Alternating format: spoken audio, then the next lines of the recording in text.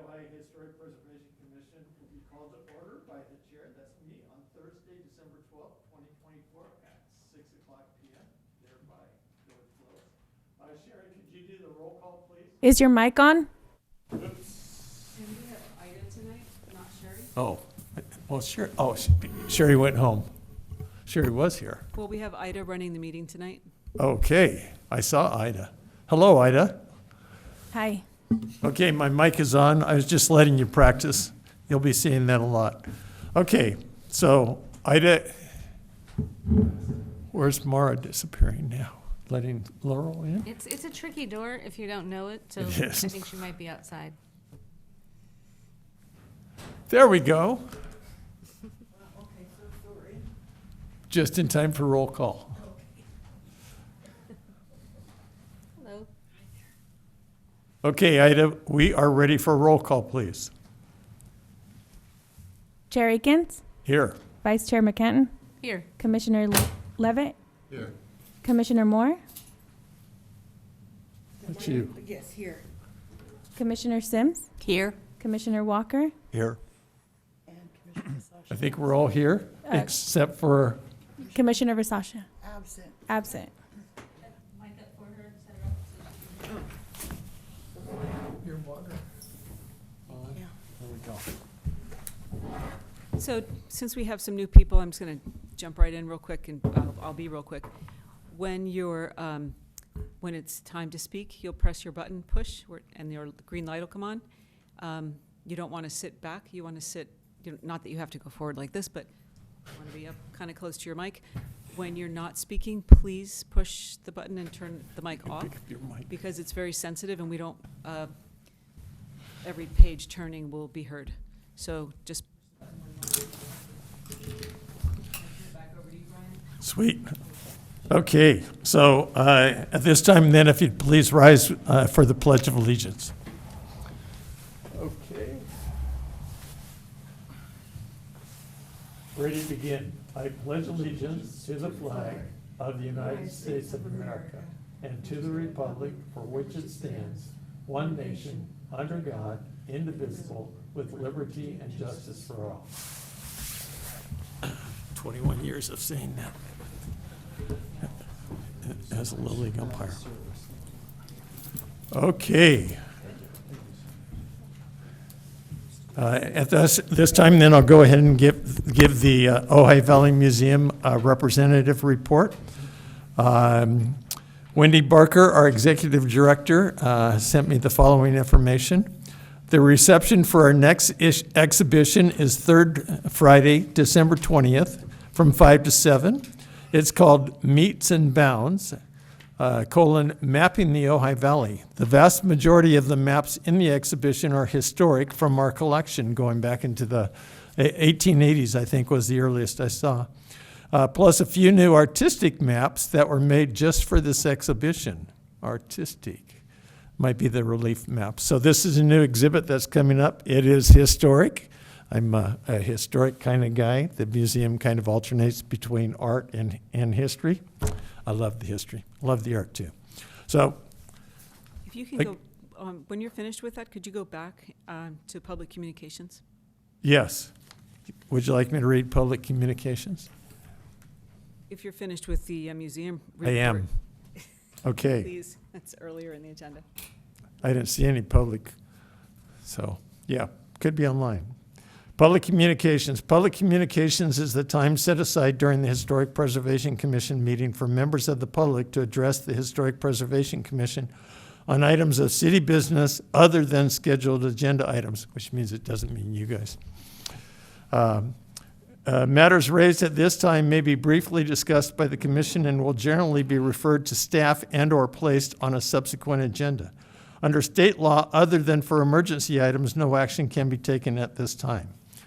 So, Ida, do you have any public comments? No, we don't. Okay. We will move on to our next item. Let's see. And what we're going to do is we are going to move commissioner comments, one segment of commissioner comments up until right now.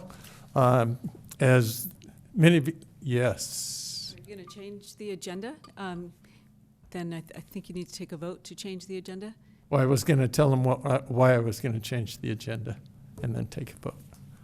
So I learned Tuesday night at the city council meeting that one of our very recent recipients of our HPC Historic Annual Award just passed away, and that's Janice Cash.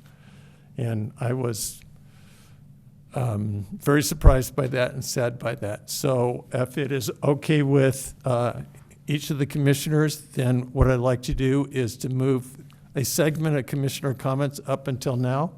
And I've asked, if that's okay with everybody, I've asked Craig Walker if he could please read for us and for the record for the people that the write-up he did for her and to nominate her for the annual award. So is that okay with everybody? Great. Do we have ayes? Ayes. Ayes. Any noes? Thank you. There we go. So, Commissioner Walker, please. Okay, well, I actually only wrote one paragraph, and then Janice wrote a really nice autobiography that I think is worth hearing about her life here in Ojai and how she got interested in posting on Facebook about Ojai history, which is the reason she was nominated, was because of her wonderful posts that educate the community. Janice Cash writes and posts historical articles online about Ojai and Ventura County history. She always illustrates her posts with multiple historic photographs and illustrations.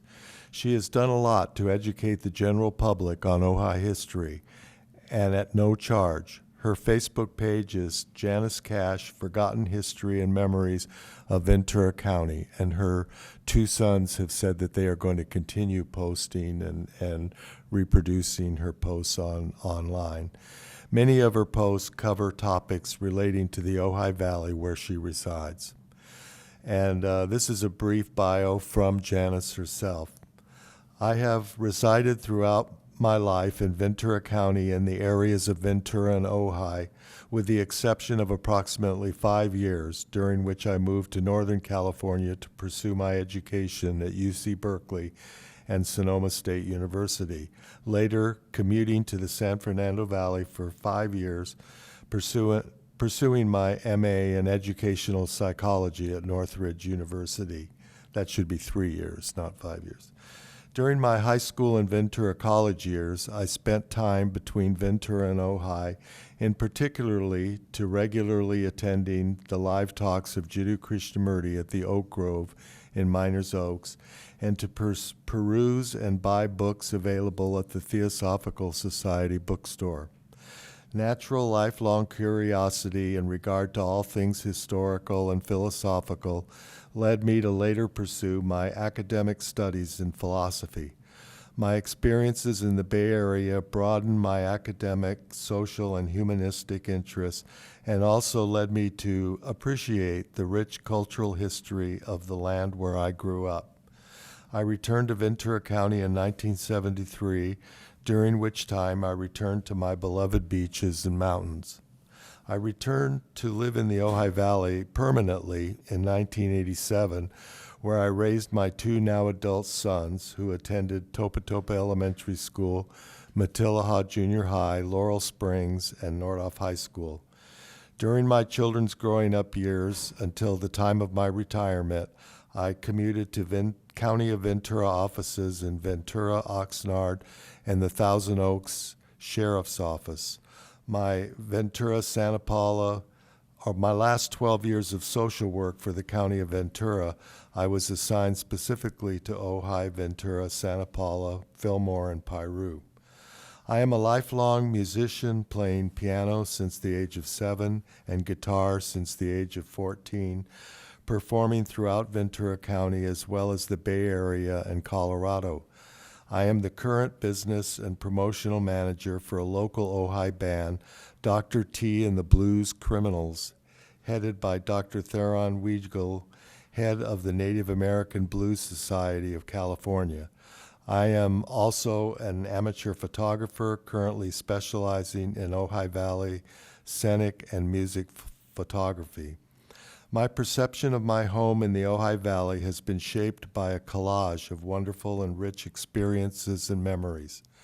Some, but not all of these, are as follows: sitting at the feet of Krishnamurti in the Oak Grove, the Theosophical Bookstore at the Crotona Institute, raising goats and chickens in Cesar Canyon and Sulphur Mountain, chasing lizards at the Willits Estate in Casita Springs, the Girl Scout Camp, Rancho Arnez Apple Cider, the Arnez Apple Orchards, the Wheel and the tunnels, swimming at Ohala, Wheeler's Hot Springs, riding in my father's car, traveling from one side of Sulphur Mountain to the other, from Casitas to Upper Ojai, picnics with my parents at Camp Comfort, music at Foster Park Bowl, hunting for charman near Charman Bridge, Bacali's Ranch, the Big Buddha, Govinda's Veggie Buffet, Soul Golf Course, Shelf Road, the Ventura River Bottom Trails, Bill Baker's Bakery, Guy Webster, and my special and forever friend, David Mason, whose kindness, empathy, knowledge of Valley history, stories, and endless humor I will carry for a lifetime. Is there more? You bet there is. However, I must go back to my typewriter, or actually my computer. What more is there to my retirement years than preserving the history and memories of my wonderful, multi-textured, rich, colorful, sometimes pink, valley, which is and will be my forever home? And as I research and put in writing the history and collective memories of our home, the Ojai Valley, in all its shades of subtlety and nuances, my greatest delight is to share these experiences with the community, both old and new, that continues to flow through our homeland. Great, thank you, Jeff. Thank you for reading that for us. Yeah, and again, we presented that award to her just October 22nd, so timely. Our museum representative is Andy Whitman. He sent me an email. He's unable to be here with us tonight. He did say he will be watching our meeting and that he is available to answer any questions or assist us in any way he can. You mean council liaison? You said museum Oh, representative. I'm sorry, council liaison. It's been 2 weeks of craziness. Yes, council liaison. Thank you. Okay, the other thing I'd like to do before we move on is have our new commissioners introduce themselves. If they would, please. Randy Levitt. Thank you, Brian. You're welcome. What would you like to tell us about you? Happy to be here, and look forward to trying to keep our wonderful village, town, city as charming as it is. Please And speak you- into the microphone. He is. Thank you. Yes, Laurel. Okay, so I'm Laurel Moore, and the same. I am here for the same exact reasons. I owned a house at 1001 Foothill Avenue, Road, I guess it is, and which I did do the Mills Act with. It was the Libby Gate House. It's in the Arbolata. And then I owned also Azu Restaurant, which I never had historically done, but that was also known as Bill Baker's Bakery, and I had it for 21 years. So I'm very interested in the community and preserving as best we can under, reasonable circumstances, all of our historical buildings. Great, thank you, Laurel. And Randy, what can you tell us about your home? That it happens to be, Well, we're fortunate enough to live in one of Libby's spec houses in the Arbolata, also designed by George Washington Smith. And I can't hear you. it's been a pleasure to do that. And We can't hear you. You need to turn your microphone or lean into it. how's this, Sherry? Much better. Okay, so we We live in one of Libby's spec houses and enjoy it very much, and had the pleasure of being able to renovate it in such a way that we kind of brought back a lot of the functionality of the house, and also made it more compatible with present day use. So we're very happy to have been able to do that, and really enjoy the process and how that went with the commission at the time. And so I thought it would be timely and appropriate to participate. And so here I am. And your home is also Mills Act? Yes, Mills Act on our home as well. And we did that actually before we made any modification to the house. And so it worked as planned. Great, thank you. Thank you. So, somebody offhand, I think one of the council members said, well, you know, maybe you ought to get someone that's Mills Acted their homes. And I said, that's up to you. We have them waiting. So nice to have you both here. Thank you. Okay, so consent items for the minutes. Are there any changes or modifications or corrections?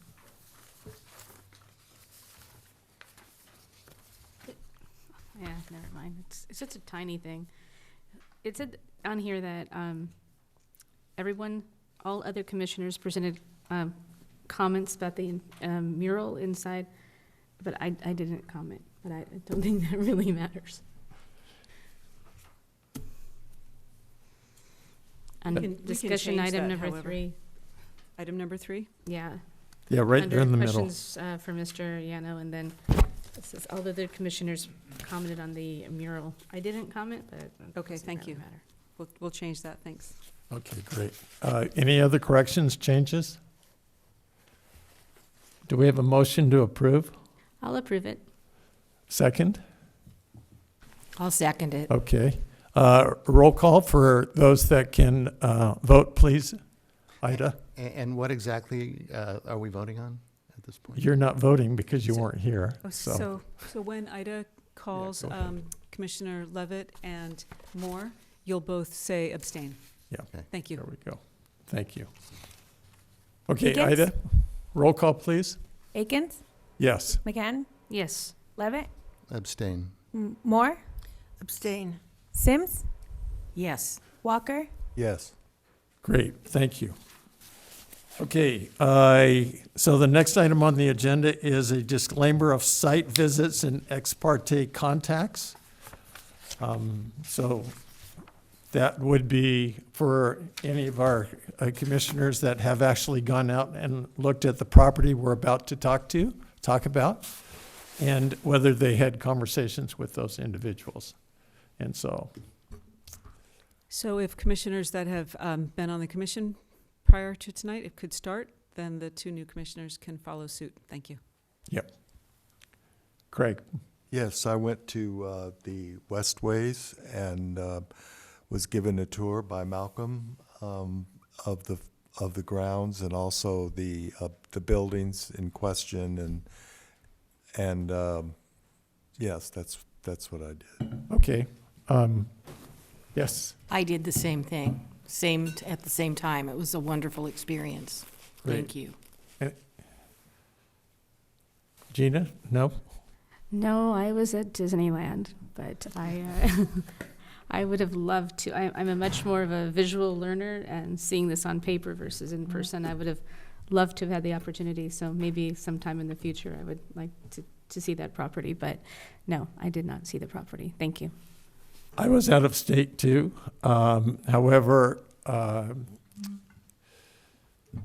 had known the family, just the Wilsons, and when they passed, or when Mrs. Wilson passed away, the family let me go out and walk the grounds and take pictures of them. So I felt a certain affinity to those grounds when I was there. But I did not.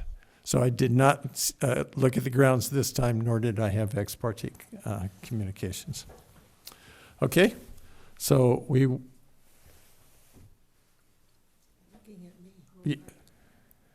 I think that it's possible that Commissioner Levitt may have gone to the site. I did not attend. I was. Okay. Okay. Thank you. I did not attend. Okay, thank you. Okay, great, thank you. Okay, so we will move on to opening the public hearing for item number 2,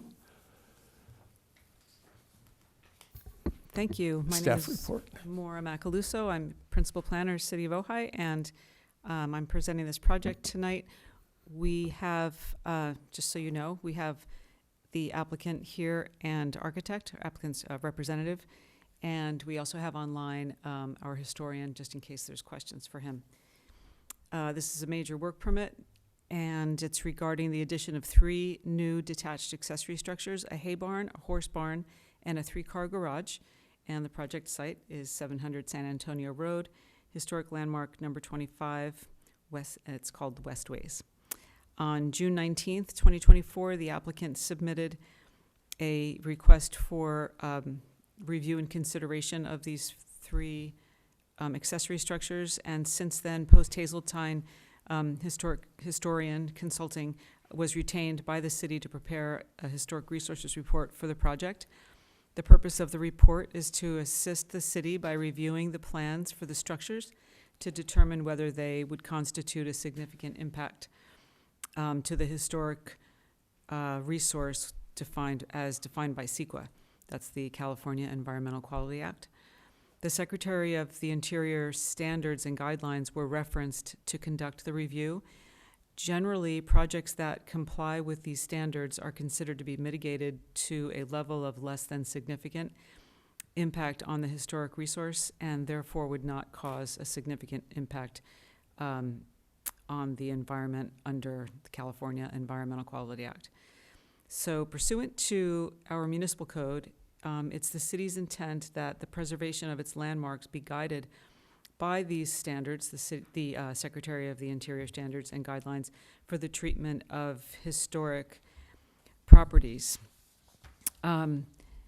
Secretary of Interior standard number 9 specifically relates to new structures that are being built on a historic site, and that they differentiate from the historic buildings while also being compatible with their massing and size and scale, and the architectural features to protect the historic integrity of the property and also its environment. The application that you have in your packet includes a full scope of work for the 3 detached structures, and there's also a mistake in your report that was pointed out to me by our new Commissioner Levitt. I was plagiarizing one of my own reports and accidentally left in something from a previous project on this site. So tonight you are not reviewing a door and window replacement situation. That's a previous project. You're reviewing these 3 detached structures. And so although all 3 of these uses or structures are for different uses, they're all proposed to use the same materials, including hardy cementatious shingles in the same size and color to match the existing shingles on the main house. The roofs are proposed to include an asphalt shingle, and all the trim, casings, and fascia are proposed to match the main house. The Ojai City Council designated Westways as a historic landmark number 25 on October 24th in 2017 and entered into a Mills Act agreement with the property owner in November of 2027. Per the municipal code, Westways was eligible for designation, and the estate was designed by the architect Holman Halleck in the mid-20s in the late iteration of shingle style. The estate is one of the few early 20th century residential estates in Ojai that retains sufficient integrity to convey its original appearance, architecture, and historic associations. So conditions of the Mills Act include that prior to issuance of any building permit for demolition or alteration of the building, as well as for work that doesn't require those kinds of permits, the property owners are to submit for approval of a work permit from the Historic Preservation Commission. These accessory structures require a major work permit per the code because it states that historic preservation the Historic Preservation Commission shall be required when an exterior alteration is proposed that could affect the character-defining element either physically or visually. So this would be, visually, because the Historic Resources Report, which is also in your packet, prepared by Post Hazeltine, includes that implementing the project would have a less than significant impact on the historic resource, and that the resource, Westways, would maintain its status as a city landmark, number 25. Staff is recommending that you approve the work permit, and if you have any questions of me, I'm happy to answer those as best I can, and as I said, we do have the applicant here and the historian. I have a question, Laura. Okay? Is Post Hazeltine report, was that done by the city, paid for by the city without, was it like an arm's length report from the architect and the property owner? No, so when we have a historic resources report that's required for a property, the city takes it, so the city works with the historian, not the applicant. But the applicant pays for it. The historian enters into a contract with the city. However, the applicant approves the amount of money that it's going to cost, and then we bill the applicant. Does that answer your question? So who chose Post Hazeltine? Oh, well, the applicant chose Post Hazeltine. And the reason they chose them is because they originally did the Historic Resources Report for this property. If they weren't to choose, what would happen if they didn't know of a historian, they would ask us if we had a list. And we have a list of historians that request their names be put on a list, but we don't recommend anyone. We can't recommend anyone, but I would hand them a list. These are people that have come to us and asked to be put on the list. Okay. And then they would choose, and we would have nothing to say about that choice, except to enter into a contract with them. Okay, thank you. Okay, other questions for Mara?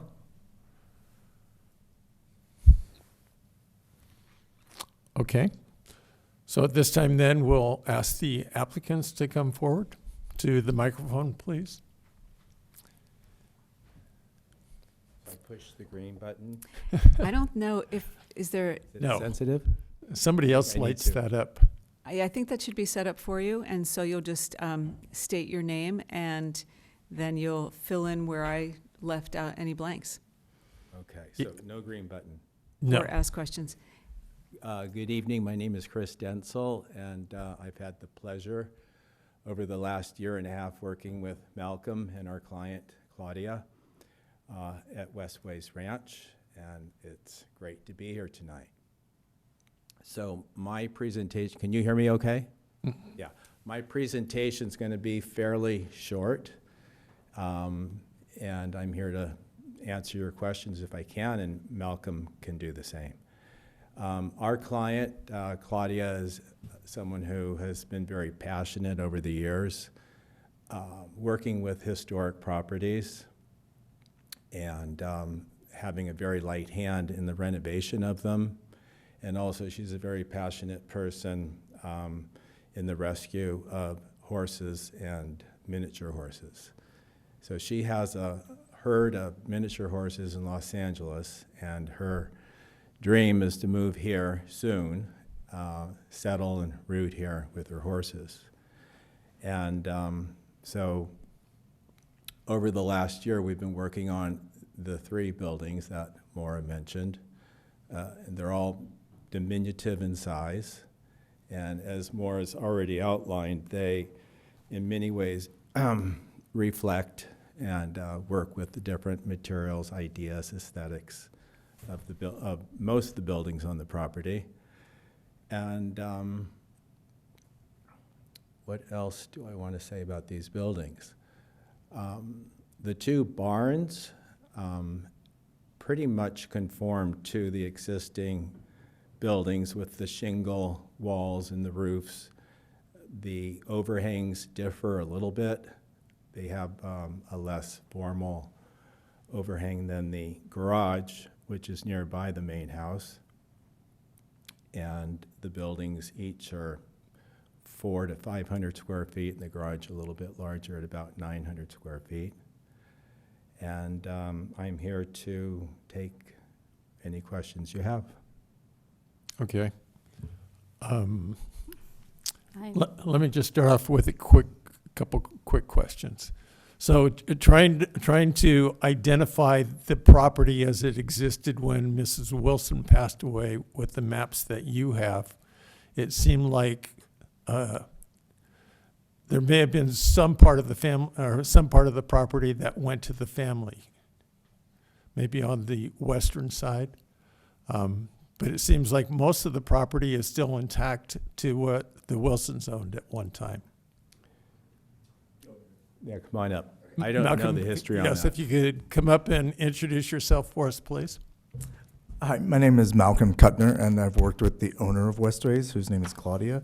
I've worked with her for 17 years, and we've restored 12 very historical properties from Martha's Vineyard to Key West to Santa Barbara and Los Angeles. So what Chris said about the passion for always it's a historical property, this is sort of, not to give away too much, this is her last stop. She's in her 70s, and she has a herd of 12 rescued mini horses, which is what brought about the beautiful designs that Chris worked with us on. I sort of work as Claudia's eyes and ears on all things, and then when we get ready, she will arrive, and she'll be a big part of the community, and she'll love what you guys do too.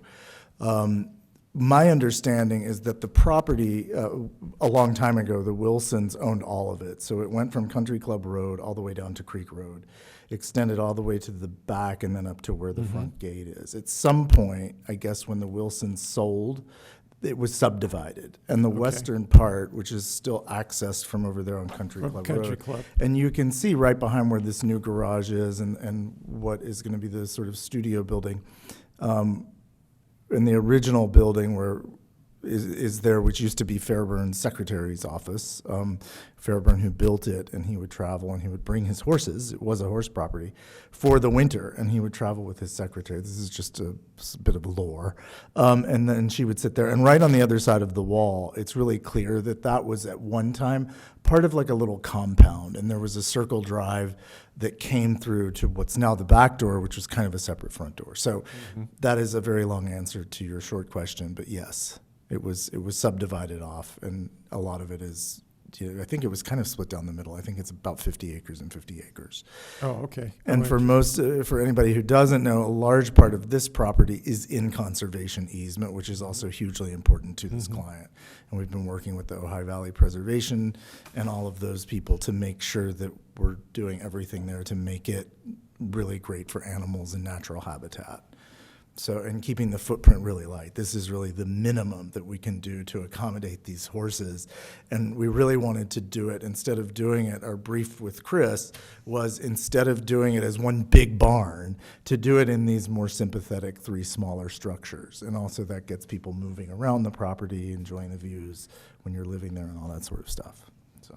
Okay, great. Yeah, so on the Wilson property, the most historic property was actually, I'm told, was the house that was on the western side. That was accessible from Country Drive. So it looks like the outbuildings that you describe in depth, or are described in depth with the post-Hazeltine report, are still in similar condition, which was, good condition. Just the one where they did a plaster siding because the shake on the sides of those had disintegrated. So I was very much enjoyed all of the details that came, the history that came on that, and just wanted to get an understanding of how much of that property that I walked those years ago was still included in this design. So I'll open up to other commissioners. Other commissioners, Craig, do you want to start off? Yeah, I have a couple of questions. One of them, will they all relate back to standard number? Please turn on your microphone. The questions I have relate back to standard number 9, and has to do with the differentiation between the new buildings and the historic buildings, so that when the casual observer views them, they can see that which buildings are new and which are historic. And my first question has to do with the Mills Act. When we, in your first post-Hazeltine did their historic report back in 2017, they said that the guest house and 5 outbuildings have retained their original fenestration and roof and wall framing, but not the shingle siding. Restoration could include restoration of the shingle siding of the guest house and the 5 outbuildings. So my question is, in order to be able to distinguish the historic shingle-style buildings, do you have the intention of replacing and restoring the shingles on the guest house and the 5 outbuildings? She's open to that later. It's not, my understanding is when it was Mills acted, the documentation shows those buildings with the stucco siding. So in order to change that, that would be a whole process. What Claudia, the owner, wants to focus on right now is getting the property ready for her. And then something like a surface change from the stucco to the shingles might be something she's going to consider later. Okay, because I think the pictures that are shown in the report from after it was built show them all with shingles on them. So that was the original look, and I think it was sometime after that the shingles were removed. After they were built, but not After they after were built. 2017. Oh, yes, right. Right. So, yeah, we So- wanted to focus on getting some buildings for the Are there horses any of before we those go back and redress buildings that other have buildings. had the shingles replaced on them? Not to my knowledge. None of them have. Okay, because it did say in the Mills Act report in 2018 and 2019 they were going to restore the picnic house and the horse stable. So I wondered if that restoration included putting the shingles back. My understanding, I don't know the previous owners that my client bought it from. That may have been part of their plan, but they never did any of that. And then they subsequently got a divorce and sold the house. Right. So but in the 2000 Mills Act goes with the property, the Mills Right. Act agreement, correct? Yeah. Yeah, so I'm just wondering where we are on the Mills Act plan. Was it specified in the Mills Act agreement plan that those shingles would be replaced or Not to my knowledge. When we did all the due diligence, which I conducted as the owner's representative at the time of purchase, there was no legal stipulation that the new owner was obligated legally to do that. Maura, do you have that? Well, actually, I'd like to speak specifically to this project tonight, and then I also want to say with great pride that letters have gone out to all Mills Act holders requesting an update, so which hasn't been done in a while, and so this property owner will have an opportunity to update the city on what has been done and not been done regarding their agreement. Okay. Well- So that's going to be coming up soon. I think the reason it relates to my question is, I know you say that the historian says that there has been a differentiation between the old and the new, but I couldn't see it in the report.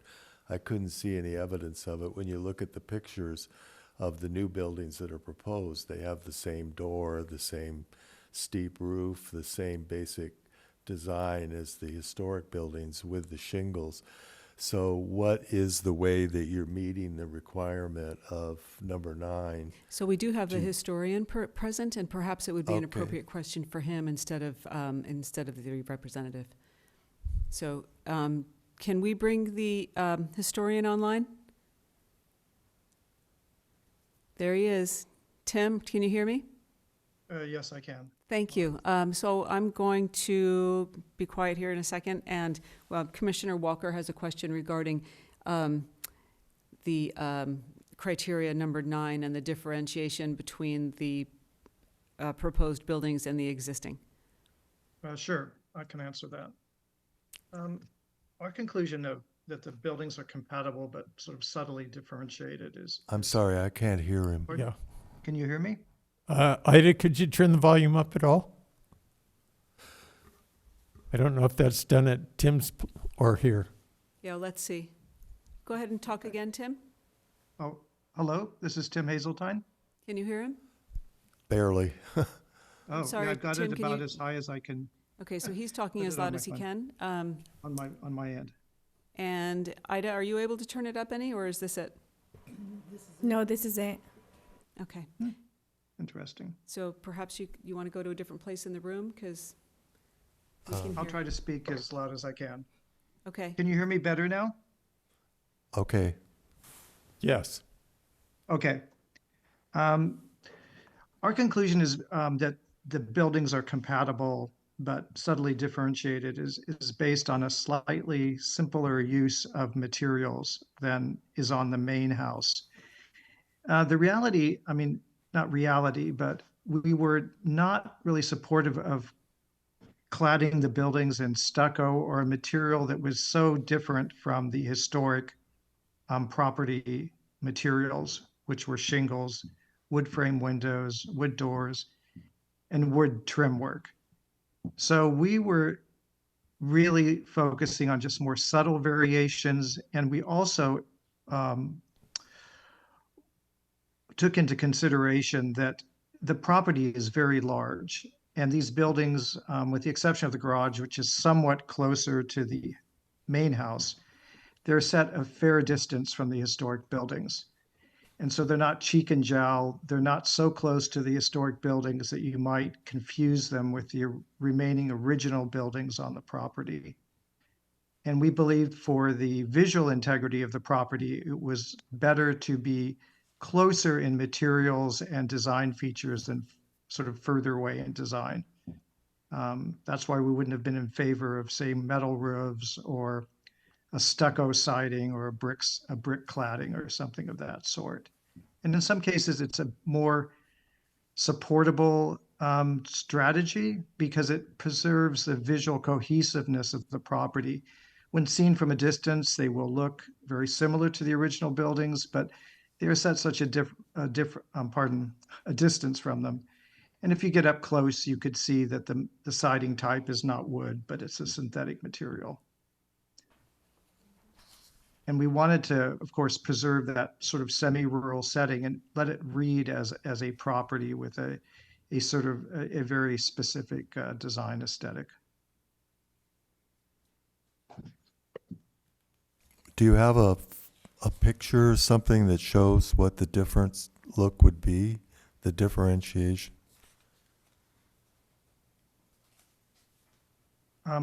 You'd have to speak to the architect for that. I can't bring up anything from here. So that's a question for the architect. Do you have plans? Do you have the elevations in front of you? the, We have the elevations, but they don't show the differentiation. Well, there's a couple things that come to my mind, and that is the three buildings, more so the barns, are much smaller than the original buildings, and the barns have barn doors, and I don't think there's barn doors on any of the other buildings on the property, and I think it would, I mean, personally, I think it would be a mistake to read into that. Is it section 9? Is that yes. what we're talking about? That there's the need to kind of present a different architecture. The barns are very much in keeping with traditional 1900 California ranch barns. And I think they're very appropriate for that reason. And I agree with Tim, and that is there's a certain cohesiveness on the property to have these smaller buildings that are some distance away, having them relate in meaningful ways to the original buildings. And also, I am an old house nerd, so I get into all of these things pretty deeply. And what I can tell you is the preference would have been to do real wood shakes. It would have been to do the real thing, and I would have preferred to restore windows so that they were using old windows with that really beautiful small mullions and the old glass and all of that. So and I did this research, and I restored a lot of houses personally in the South. If you go and you look at we have the boards, the storyboards of the fake shake, I call it. You can tell how I feel about it, but I get why we need to do it, and it will look the same. But if you really scrutinize it, it is a different width, it's a different height, it's a different design. You know, original wooden cedar shakes each one is different because each piece of wood is different. These are manufactured from a template. So the people who are going to drive up, they're not going to be able to register that. Somebody coming over for dinner, people like you will. I will. And then the same with the windows. You're going to notice that these are windows that we're working with a great contractor. They'll be beautiful windows. They will not be windows from the 1920s with the no insulation and with those really beautiful thin panes that I get really excited about. So the difference is, I think he said it really well. They're very subtle, and they're for maybe a more trained eye. But for those of us who know and love and work constantly on these historical properties, the differences will be, you'll be able to walk there and see it. To show you something, you would have to get out a scale rule and get a sample of the shake and then go over there and really get into it, which, is, those are all options. So the difference is subtle, but for somebody who, I know what that code is about. I worked in Key West, Florida, which is one of the largest landmarked historical house districts. I was on the commission. I know what that clause is about and what they're looking for. And we had the same thing when we wanted to do siding, and we had to go to hardy siding. And instead of being this size, it was this size. And that does count as that kind of difference. Minor, boring to most people stuff, but I appreciate the question. But you see the purpose of it. It's in I think going along with the standards. I can't hear anybody. Come along with the standards, and they're really a great resource because they show examples for these very questions. And with that issue of differentiation, there seems to be two ways their examples. Your microphone's not on. There seems to be two ways to show the differentiation. One is to have a similar design but different material, and then the other is to have the same material but a little different design to distinguish them. And I can see that around Ojai because we have our historic buildings, and there's a tendency to want to create the new ones to be identical to the historic buildings, and sometimes that can detract from the historic nature of the buildings. So I'm just taking that because the Secretary of the Interior standards are required by the Mills Act to make sure every project follows those. So we're just trying to follow the standards. Okay, thank you, Craig. Loren, yes. I had the same concern, that it was going to all look, that it had been there for years. And that's beautiful. But I agree, there needs to be more definition between what's new and what is not. And I don't know how you're going to do that.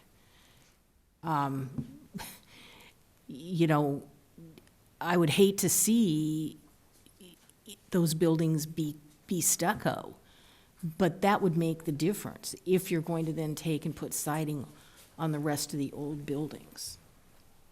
You know what I'm saying? Can I comment on that? You sure can, yeah. Yeah. Have you ever seen a horse barn driving up to San Francisco in the beautiful foothills and in the valleys? That is stucco? No, they're all wood. They're all wood. I mean, But they're- I'm a novice with the sort of special innuendos and whatnot of the historic directive and whatnot, but it sounds like the spirit of what you're bringing up is that the new doesn't detract or compromise from the old. And I think it holds some validity, given that these buildings are a good distance away, and in some instances, you can't see, from down at the horse barn, you cannot see the main house. And to some extent, it's true with the hay barn too. And the garage, the main house never had a garage, and it's closer than the other new buildings to the main house, and so it is detailed. I mean, the actual architectural details are closer to the main house, but that's not true of the two horse barns, the two barns. So I think in some of the detailing, if you've had a chance to look at it, I think one would appreciate that the details do vary and they are different.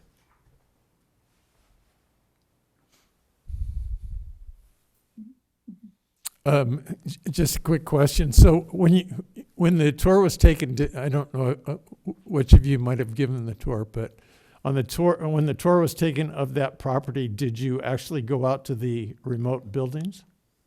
Oh, okay. Yes. Okay, We saw Good. everything. perfect. Did you see the baseball field? The barbecue. Baseball field. It was way in the back. Oxnard would come up and practice here. Okay, no, I just wanted to understand what the breadth of that was. Commissioner McCatton, do you have questions? No, that was my question, and I think it was answered sufficiently. Okay. And Commissioner Moore? No, I have no questions. I think the project sounds phenomenal. I've ridden horses most of my life, and the fact that your client wants to save horses, and I know how I lived through the Malibu fire. I almost lost 3 horses there, and I know how incredibly important it is to, from a personal, physical point of view, how important it is to have easy access to your horses and get them out if there's a fire. And the materials that you need to use need to be as fire retardant as possible with as many sprinklers, etc. It's just not it's a horrible situation to be in with a fire. So I'm sure you guys are doing that, and I hope you are. We are, yeah. Thank you very much. Yeah, it seemed in the package that you not only were looking at the building materials, but even the walkways. Did I see some kind of fire retardant type pathway in there? Well, they will be. They will Oh, be. okay, yeah, as part of the plan. Sure. The other thing is, on the east side, there's an old road that goes through that property. It was wonderful to walk.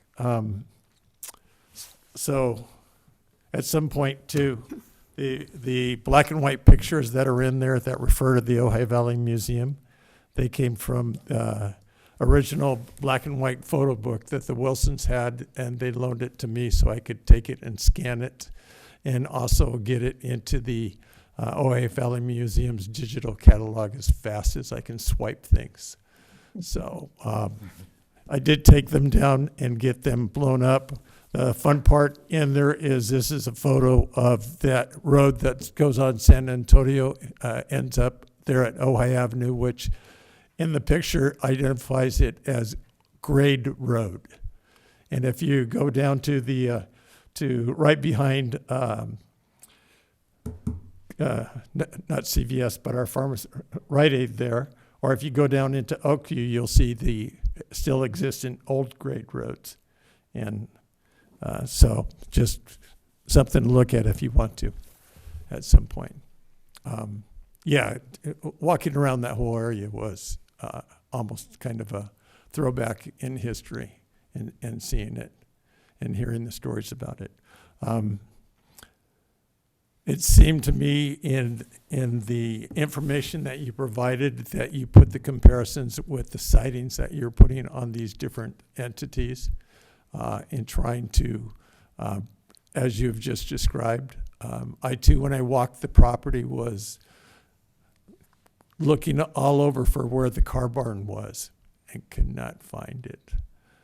I'm not sure what they did, but they had a lot of driveway and ways there.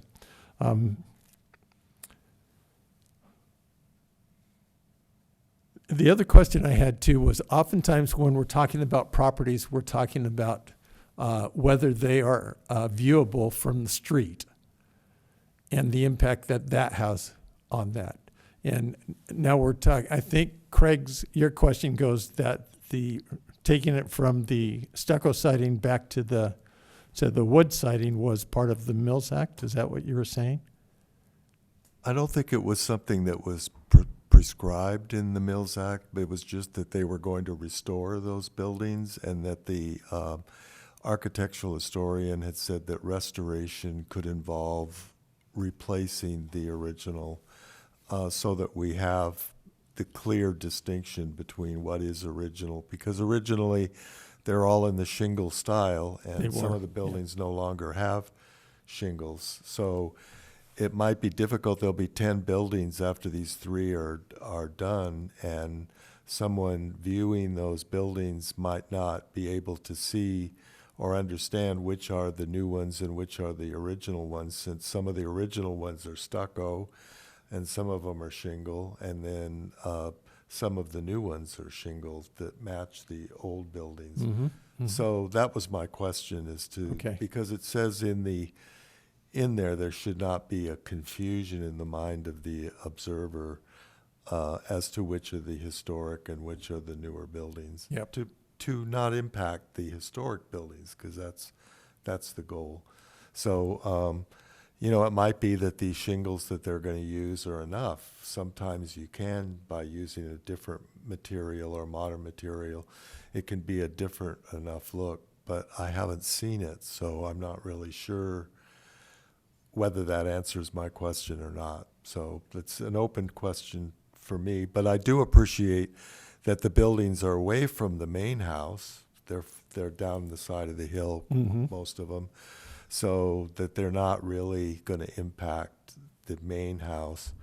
And I appreciate all the work they've done to make them compatible and to make them fit in with the historic buildings. But I'm just trying to get an answer to that question. Okay. On the older buildings, the 5 of them, I think only one of those were stucco. Is that correct? No, there's 6. 6 buildings? 3. The guest house was stuccoed at some point, and then there is a building, there are 2 other buildings which are stuccoed. One that's right up near the house, and one that's a little further away. Okay. Yeah, I was thinking about the buildings that were more out and away from. Well, the historic report says that all 5 of the outbuildings are stuccoed. It says they had shingles and now they're stuccoed. It's just the guest house and the dojo.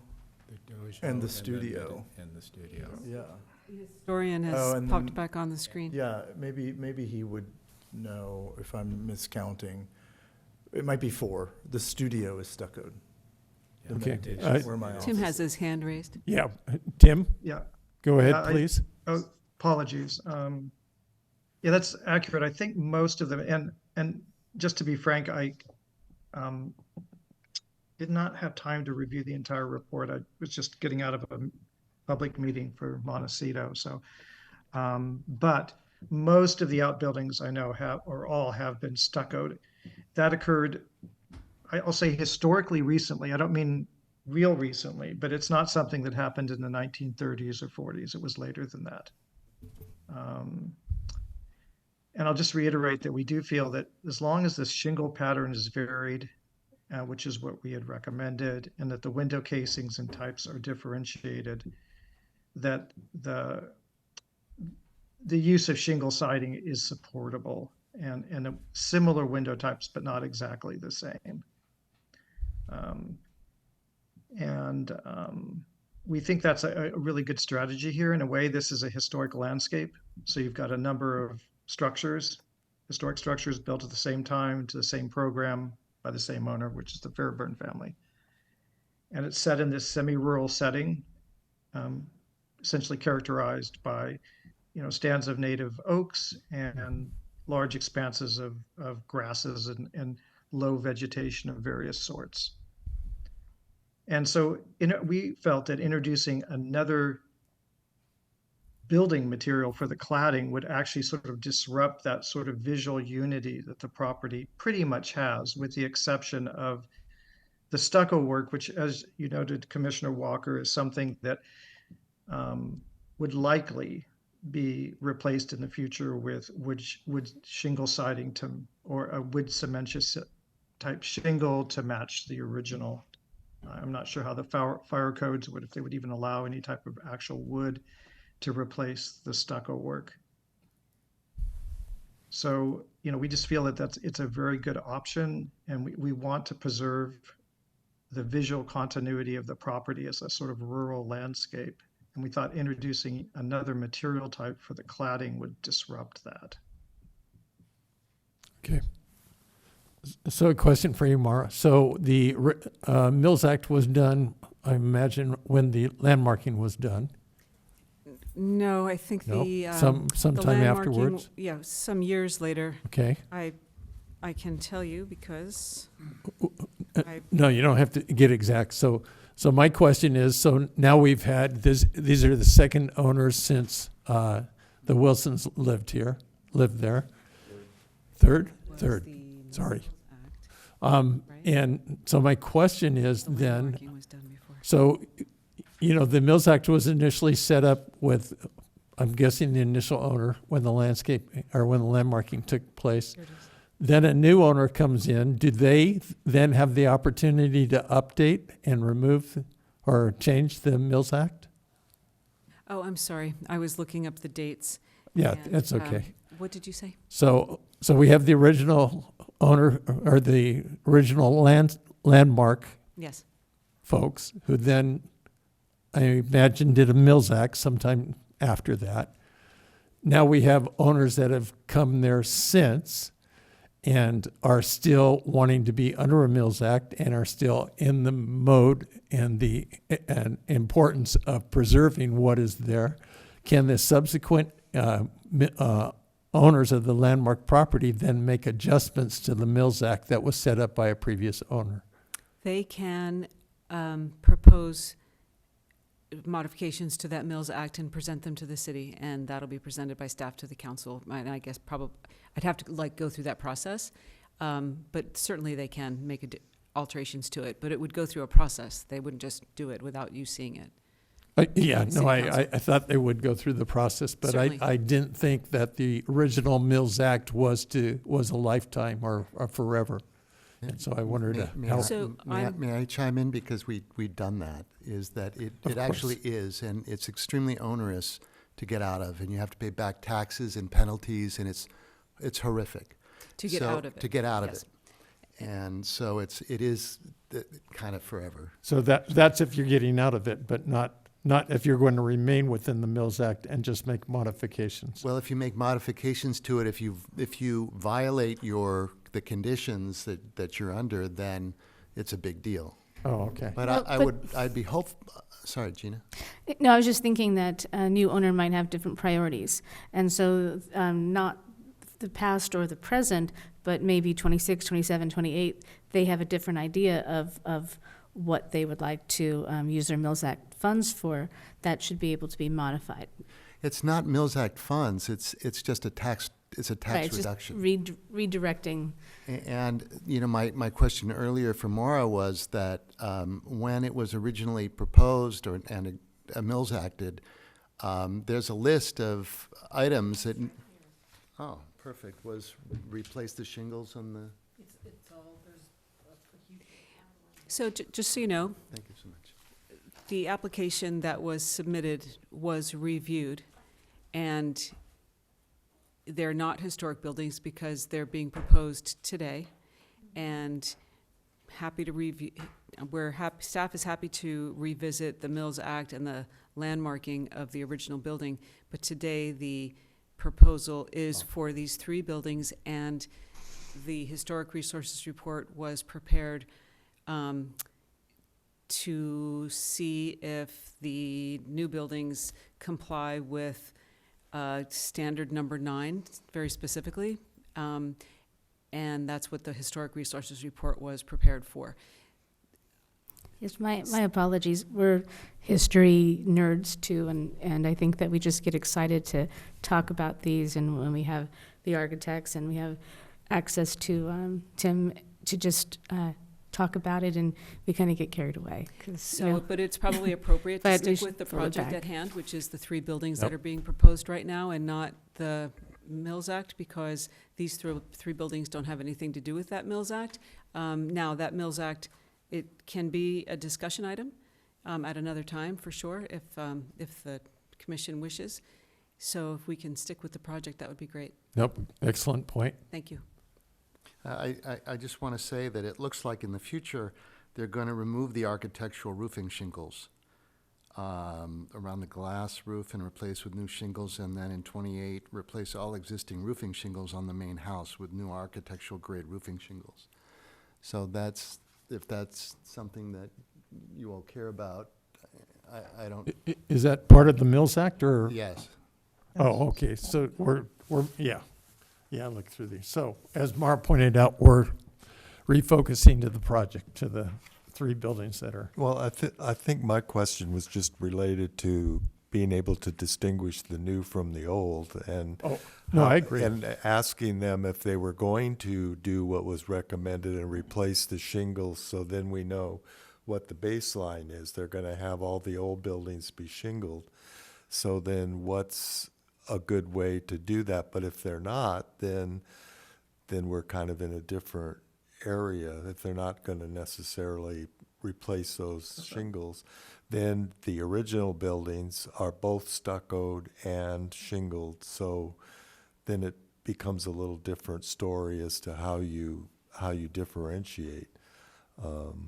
I was hoping that they were going to replace them because they were shingle styled, and it seemed like in the historic report that it was saying that they could restore the house by putting the shingles back on the house, and that sounded like a great idea to me. So that's where I was coming from with that question. Okay, yep. Other questions of the applicants? Yes, I have a couple questions if I might. And just so I understand the sort of general sort of scope. Microphone. Sorry, I forgot to push the button. Just so I understand the general scope of the project, why is the hay barn so far from the horse barn? I mean, you have the horse barn on one side of the property and the hay barn on the other. I don't understand. Are you a horse person? Kind of. Yeah, that's the best places for the horses, with the breezes and with the light and with the temperature fluctuation.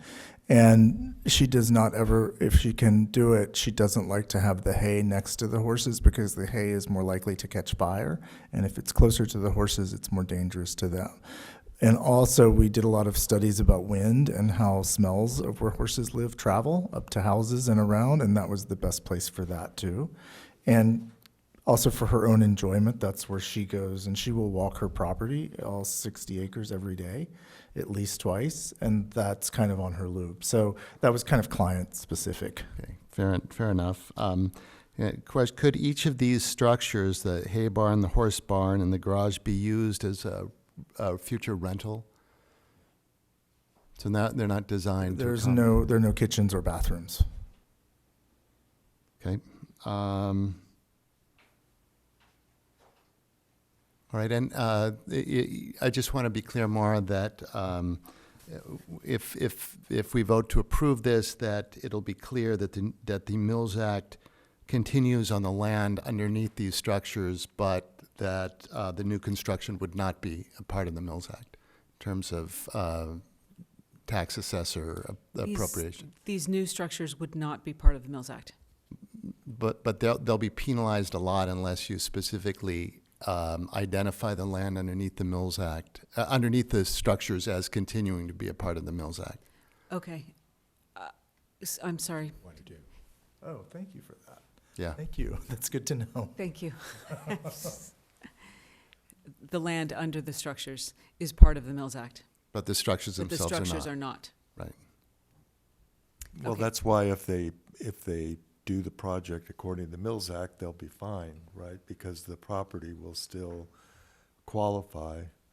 I guess I'm looking at the micro assessment. They're gonna, I don't see any reason why the actual structure that they're making, whether it's shingled or not, should be a part of the Mills Act, because It will not be. it's not.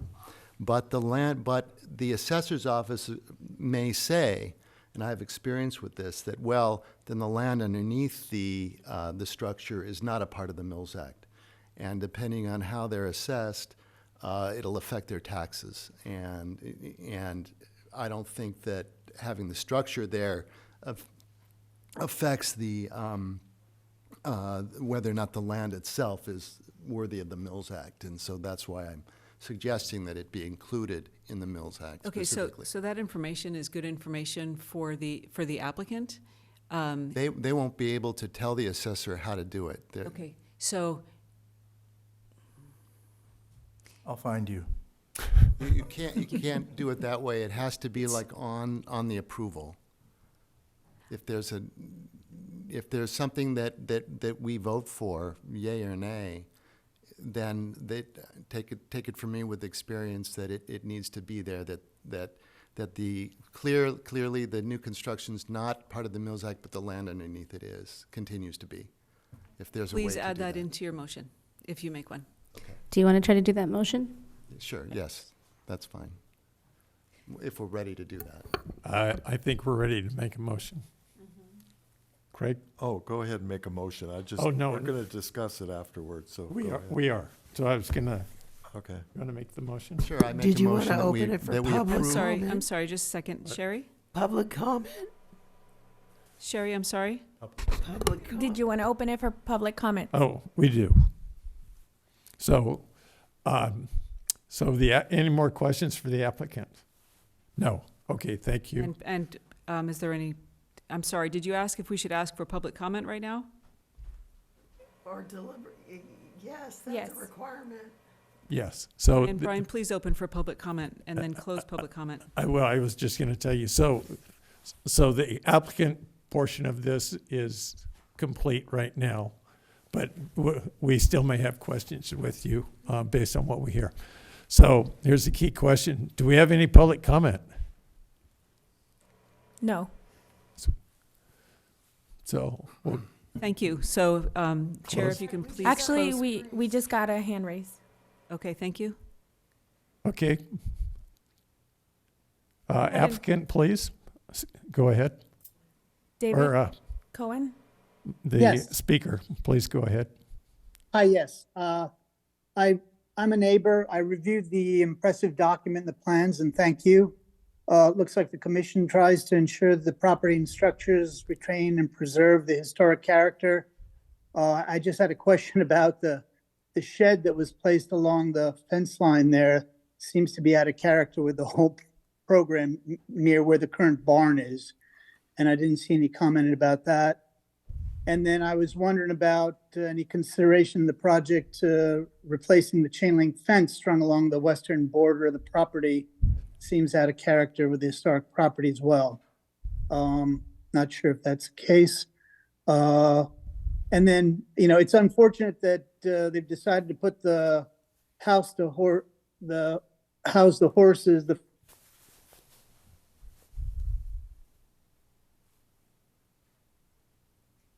We can't hear you any longer. oh, I'm sorry. Can you hear me now? Yes. Okay. I just had a question about the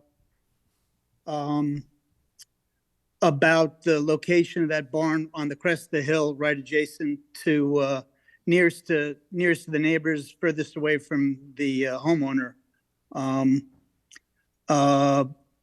But I'm hopeful that You disappeared again.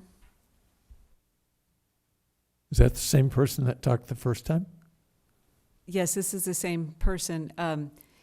Couple things. One, you keep going in and out. Not sure what's wrong technologically, and also we didn't get your name when you first started. Okay. Your name, please? Hear me now? Yes. What's your name, please?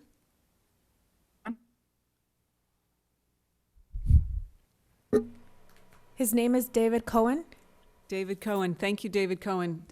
You had a concern about a barn being close to an adjacent property. If you could talk again about your concern. Yes, the location of the barn is at the far end of their property, but fairly close to a number of homes on Country Club Drive, and set up on the crest of the hill there. And I had some concerns about its location. And I guess it sounds like they've done some studies on the wind direction and how that'll affect us. I'd be interested in hearing a little bit more about that. And I was also concerned about just the level of activity over there, and that, right now there's takers every day.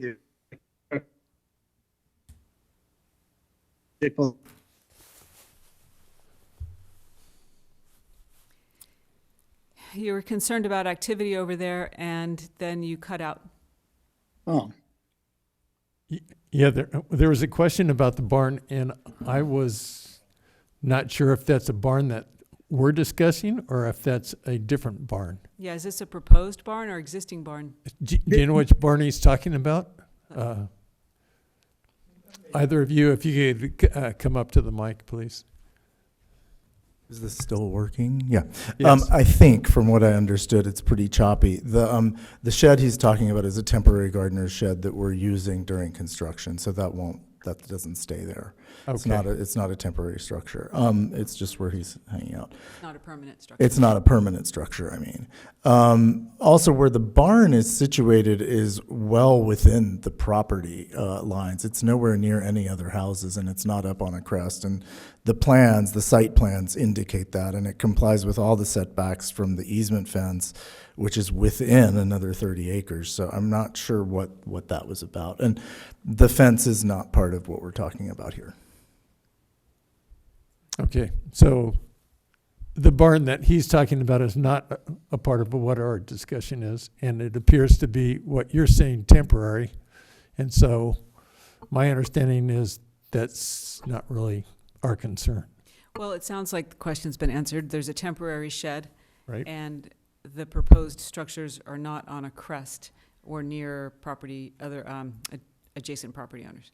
Right. What about So- the horse barn that's 20 feet away from the property line? Well, that property line is within an easement that the client also owns, and beyond that property line, there is another 20 acres. Okay, so this isn't what's Right, being. or maybe it's Right, 12 or 15 acres, but ample land. And they had to adjust the location of that structure since they proposed the project. Right. To move it back, appropriate setback from that property line, even though the property owner owns the other side. Right. Okay, thank you. Okay, great, thank you. Any other people online to raise hands? No. Okay. We ready to close public comments then? I guess I want to make sure that we adequately addressed David Cohen. Is David Cohen still there? Ida? We're gonna get him back on. See if Like, he's still. I just want to make sure we didn't cut him off. yes, I'm still here. I understand the responses. Do you have any additional comments? No, I do not. Okay, you do not? I do not. Okay, thank you. Great, thank you. Okay, then we'll close public comments and move on to discussion. I think we pretty much did a lot of discussion. Craig? Yes, well, I would like to say that I really like the project. I enjoyed going up and taking a look at the property, and I feel that this project really honors the property and the buildings. My only concern was the differentiation question that's at the heart of this standard, which is what we're dealing with, and want to make sure that we fulfill our obligation to apply those standards in the correct way. But I'll defer to the architectural historian when he says that the materials are different enough, and you've said different in size, that it will be different enough that people would notice and see that there were new buildings not the same as the old buildings. I still would hope if you would use your Mills Act benefit to restore those shingles, because I think being the shingle style property that it is, that would only add to its beauty and its historic effect. So anyway, I'm in favor of the project. Great, thank you. Okay, yes. Well, Lorraine. it's such a beautiful property that I've known for 60 years, knew the people, and I think they'd be very happy with what you're doing. I mean, it's beautiful.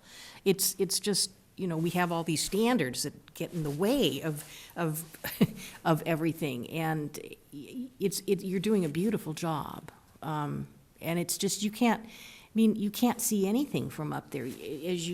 The garage, it's hidden in the orchard. You can't, it's a wonderful way of doing this. So I'm very happy. Good architect. I think it's funny to put Randy on the spot on his first night to make him do a motion. Let's hear it. Happy to try. So I make a motion that we approve the design, provided that the land underneath the new construction continues to be a part of the Mills Act, but that it's clear that the new construction is not part of the Mills Act. Okay, second? I'll second that. Let's get this woman and her horses to Ojai. Absolutely. Ida, roll call, please. Akins? Yes. McCann? Yes. Levitt? Yes? Moore? Yes. Sims? Yes. Walker? Yes. Great. Thank you, everyone. Thank you. And thank you both. Thank you for the, I don't know if Tim's still online. Tim, thank you for your report. Can we come see it when it's done? Hi, Tim, if you're still there.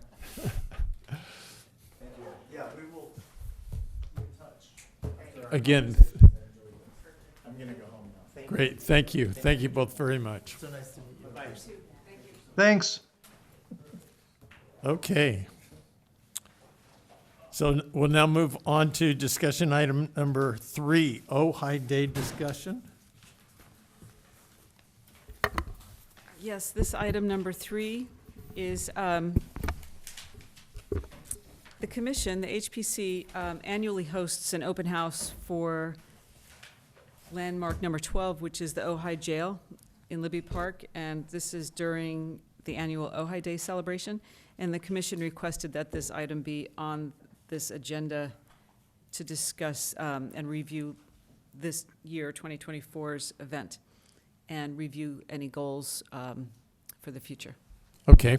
I have some questions, but I know, Craig, you brought up a key point on Ojai Day and Ojai history. So would you like to share your thoughts? Yes, well, I was at a meeting and I talked with Julie Tumamite Stensley, and she was concerned that the Ojai Day celebration had lost a little bit of its historic character to it, that the intention of Ojai Day was to inform the public about the history of the buildings downtown and Mr. Libby, and to celebrate not only what we are as a community today, but how we got here and our history. And when we first started Ojai Day back in 1991, we really made an effort to do that. We had hay rides where David Mason would tell stories about Ojai history as the kids and people rode around the streets of Ojai.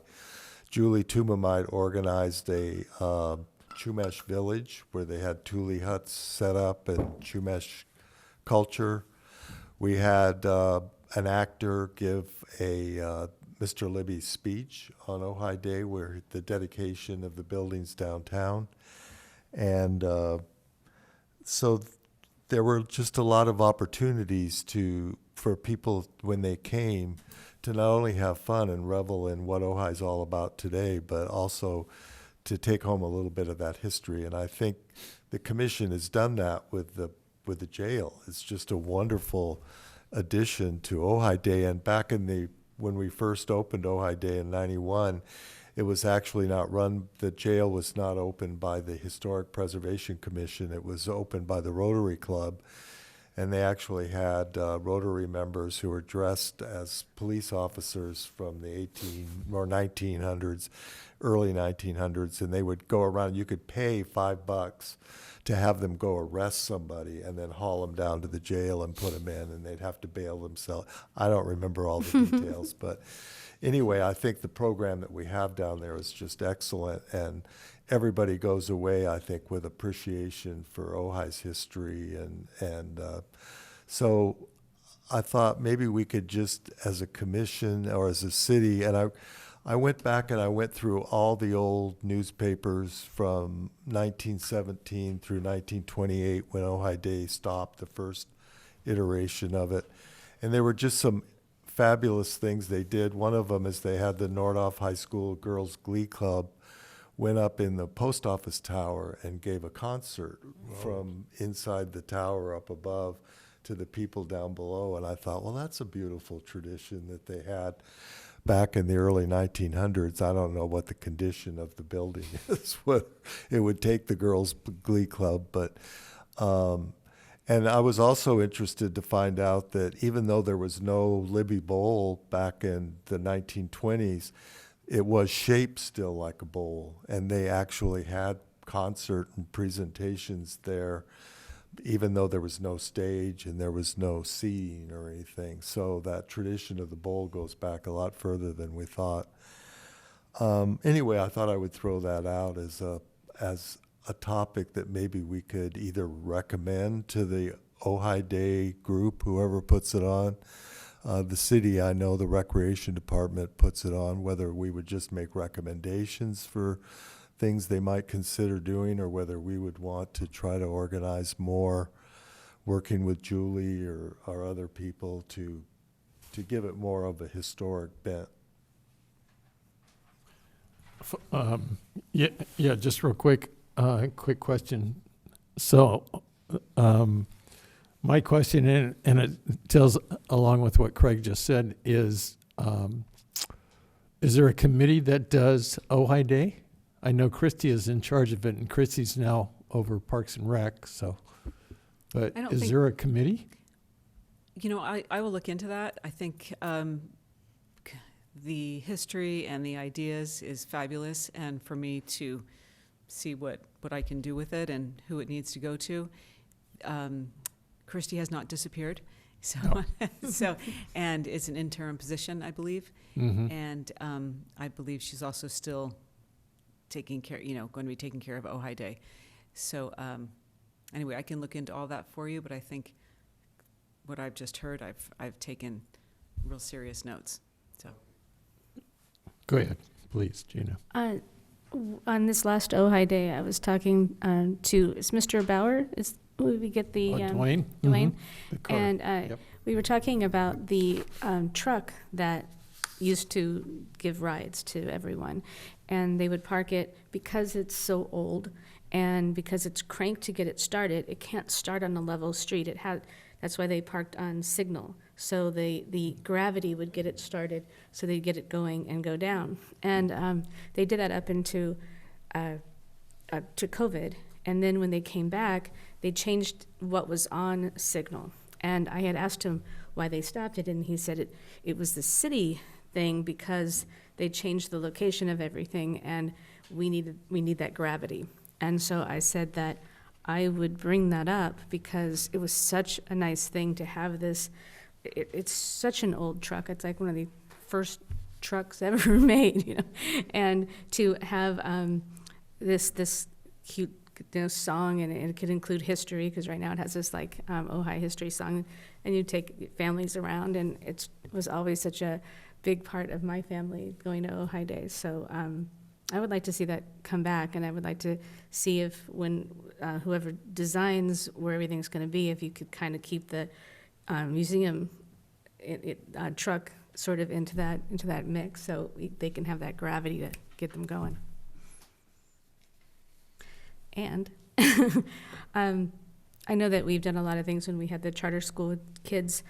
It'd be really nice if we can work maybe with the Arts Commission doing a kids table at the jail to where maybe we could have some of the local artists create pictures of our landmarks. They can color them. We can have a board where we hang them up, or something where they learn a little bit about what they're coloring and what the buildings are, or creating, we could have anything, a Lego table. We could create, little buildings out of just anything that we can do to bring the kids involved, because preservation is going to end with us, or we need to bring the younger generation and get the kids really understanding why this town is so special. So if we could bring a kids table into the, in front of the jail, and we could brainstorm over the next few months of what we can do, I think that would be really nice too. Yeah, I think that's a fabulous idea. Lorraine, any thoughts on Ojai Day? I'm all in to help. All into health? Yes, Oh, all in to okay. help. Oh, help. Great. Yeah. Do you have any? Okay. Lorraine? I'm good. Okay. Along with Craig, I also ran into Julian and was having the same discourse. To me, it seemed like all of the vendors were pushed out on the street, and they went a lot further than I walked in my jail outfit to round people up. And there was, the park was pretty much empty, except for items that were geared towards the kids. And that's fine and dandy, but there was, as was said, no anchored to no understanding of what that park was really all about, unless you looked at the plaque at the very front of it. No booths. I know the museum generally will have a booth in there. They did not have a booth this year. It was because of not being reached out to or not knowing when the time for submittal was. And it was a very busy time, but I would like to, again, going back to what was mentioned on what Julie used to do, and, Julie seemed very supportive of that and putting some kind of Chumash village or something that, that brings attention to that, to the history. I do know that Mr. Libby was walking around and came by the jail a couple times. I was trying to figure out who it was. Rosebog's son was there, right? He was the one doing Mr. Libby. So I actually enjoyed him coming around. So, but yeah, it's just such a key and such an important day. I think doing the art and bringing the kids in there. I mean, they're coming anyway, so. And they're to bring asking them really in. good questions, and they're always really engaged. So that's, let's give them something else too, And all of those teenagers who fill that jail cell always mind and do not touch the walls the whole time they're doing it. So. Yeah, and they always want to know good questions. They're not just in there to take a selfie and move along. They always want to ask good questions, and so we could be mindful of that and create something that would answer maybe their questions. Yeah, I think. And I think that what I talked about at our commission's dinner, I would love to see Parks and Rec and Arts Commission and Historic Preservation do a project, something like that together, where we're, using each other's brain trust and coming up with things that we can do for the city outside of our normal work, that we're doing something that educates everyone. Yeah, so going back to if the committee or forming a committee and then just sending a representative from each of the commissions to go and be creative too. Yeah, that'd be nice. But I very much like the idea of the artwork and drawing in the youth there. One of the big improvements I'd make is to bring a window cleaner, because our little display out in front is dirty. Seriously, it's embarrassing how dirty that glass is on that display there. Seriously. So there's that talks about the landmarks. There's a Where is that? right in front of the jail. Oh, all right. Yeah, it's dirty. Okay. So just a reminder for next year, bring the Windex. That can happen happen anytime. Yeah. I'll go home tonight. I'll put it in my car. Okay, No, I have the box of all the other paperworks that go in it, so that's a good suggestion. I will tell you, though, it's not Public Works. Public Works it comes in and cleans up everything, cleans up the jail, cleans up the grounds. They put new kind of mulch out there this year, so big kudos to them. Any other comments? I think having Richard Sennett there was a real plus. I got a picture where he just had all these little preteen kids eating out of his hands as he told these stories that were kind of related to the jail, and the kids were just rapt attention. So that was a great That was addition. amazing, wasn't it? Yeah. And he's just like, bring them on. All your questions, they were paying attention, asking them questions. It was just so fun to see. And yes, for those watching, we did prove that jail's haunted. And not only did Richard Sennett find it, then someone else came in who had no idea what we were doing and also did. So yes is the answer to that question we get every year. Go inside, last cell on the right, in case you're wondering. Okay, anything else?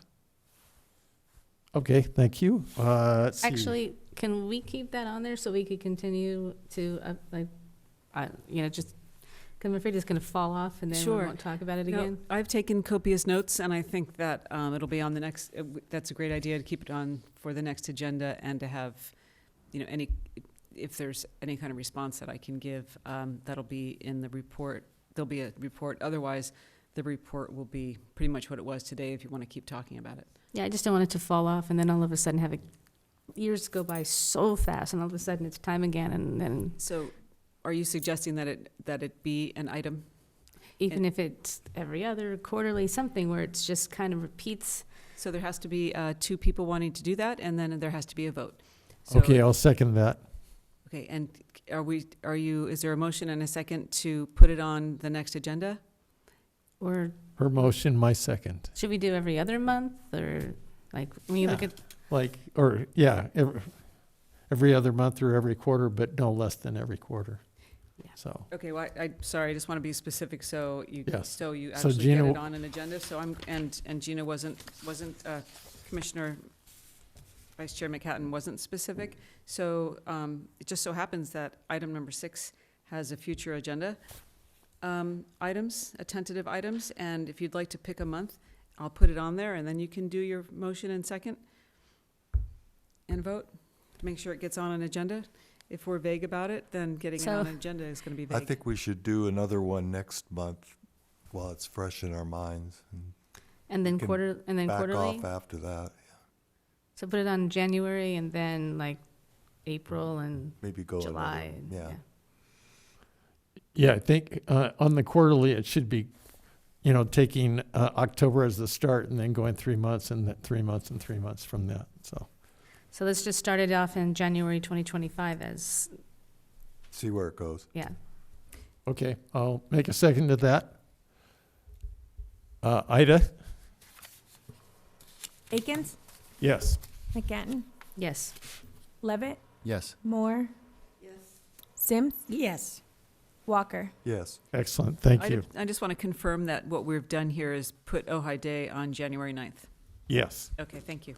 yes. Okay, item number 4, updating council chambers discussion. Yes, so the HPC requested that this item be discussed for potential updates to this chamber. I'm sorry, that was a big yawn. The room is currently utilized less frequently than it was previously because the council is now holds their hearings in Kent Hall. So I'll turn this over to you to discuss. Gina? Yes, please. And then we'll go to you. I have more questions than anything. Do we have somebody who, that we can talk to that does restoration? I mean, I know Rick is retired, but, that we can talk about what needs to be done so we can get an idea of, what we're looking at? Like, how does that work? I mean, The commission has been talking about this for a long time, and you were going to talk the commission was going to talk about, come up with ideas, and there was a previous commissioner that was going to talk about even ways of getting money. So I really have to hand this over to you to discuss what it is you want to do and how you want to do it. I've got a question before we get into that, which is I watched the city council meeting, the last one, and the city manager spoke about the council moving over to Kent Hall, and he gave all these reasons that I had never realized were part of the reasons why they moved over there. And I'm just wanting to make sure that we wouldn't go to all this effort and then find that they're going to move, for those same reasons, move the commissions over there as well. Do you have any idea on that? I have not heard anything about that.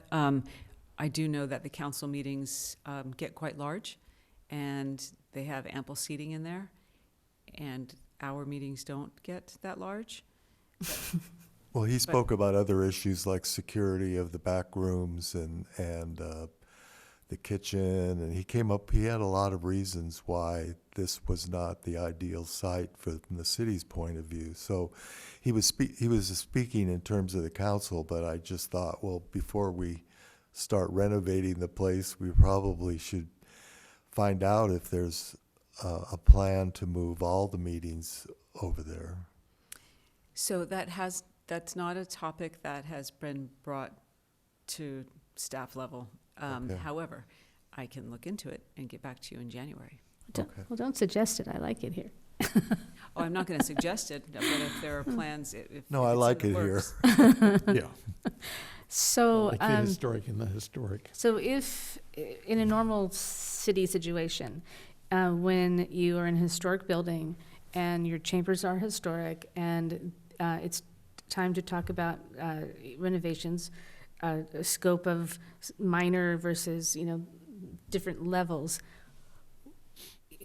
would we hire somebody? We would ask funds to hire a consultant? Do you have to go through 3 bids? Like, how do we do that? So the city of Ojai is not looking to renovate the chambers. The commission is. Right. And you, again, when I say you, I mean the commission wanted to talk about who, what, where, when, how. Well, that's So it. But instead, you're redirecting it to me. I don't want to And I'm not, this is your meeting, this is your agenda, this is your topic. It's the and who, what. The city does not have any intention of changing this room at the moment, so. Right. But if it needs painting, if, it needs just If it- updating. If it were being painted, it would be painted probably by our Public Works So Department. if we wanted to come up with I have this thing after the last couple of things that we've done of just don't want to waste our time. So I would like to, is it something that would make sense that we talked about, that we came up with a list internally, and then we would ask city council, maybe in a joint council meeting, if it's something that, when the who, what, where, why, and how, I don't know. So I'm going to just have to repeat that. Yeah. The commission has wanted to talk about this for at least 2 years that I've heard about it, but I have never heard what it is that wants to be done. The city is not initiating changes to this room. So if you want to initiate change to this room as a body, then perhaps you should talk about what the changes are, and then staff can go and find out how that works. But again, the city isn't looking to change this room. Yeah, so again, the only concrete example I think that I've heard that came in prior discussions was the lights. And these kind of lights are a problem for most people. So that's, So you're- but what I'm trying to, again, this is a historic place, and I'm trying to understand exactly what we would want to change. I And don't the think we only want to change, besides, the lights aren't historic, but I don't know if it's something that we want to change. It's just that we don't want to let anything get, anything that has maybe a little bit too much wear and tear, like is where the chairs have hit the wood too much in the back or something. If there's just, it's a lot easier to maintain than it is to redo. I don't think that anybody wants to change this room. It's just, is there some attention that we should be paying to it now that it's not as busy? Well, could we form a subcommittee, maybe with you and Cindy and Cindy? Cindy Convery, it was her idea originally, Right. so maybe she has some ideas. I think Cindy's going to be too busy. She's Well, we have a seven-person commission here, so you can have 3 people from your commission. Of course, if you want an outsider, you can do that, but otherwise you do have the ability to have 3 people and come up with what it is that you want to do. And Yes, so did you have input on this? You keep waving it. No, I'm not waving, I'm just sitting here. I'm totally comfortable here. I've been in city council meetings in this room for off and on for almost 30 years. We had 2 people sitting here today for this. I'm not uncomfortable here. And the lighting, I don't know of it ever being any different. So unless there's something this is my first time sitting on this side. Right. So unless there's something I'm just not aware of, I'm fine Okay. with the way things now, are. so maybe we could use your knowledge with what you did with Azu and having a commercial, historic-looking building. Maybe sometime, you can walk around with one of us, and we can just, with a clipboard, and say, Sure. this is really shows where, and then come up with a list. Right. And if there isn't one, then that's fine. But if there is things that we need to pay attention to because it is a historic building, then do it before it gets too shabby. Of course.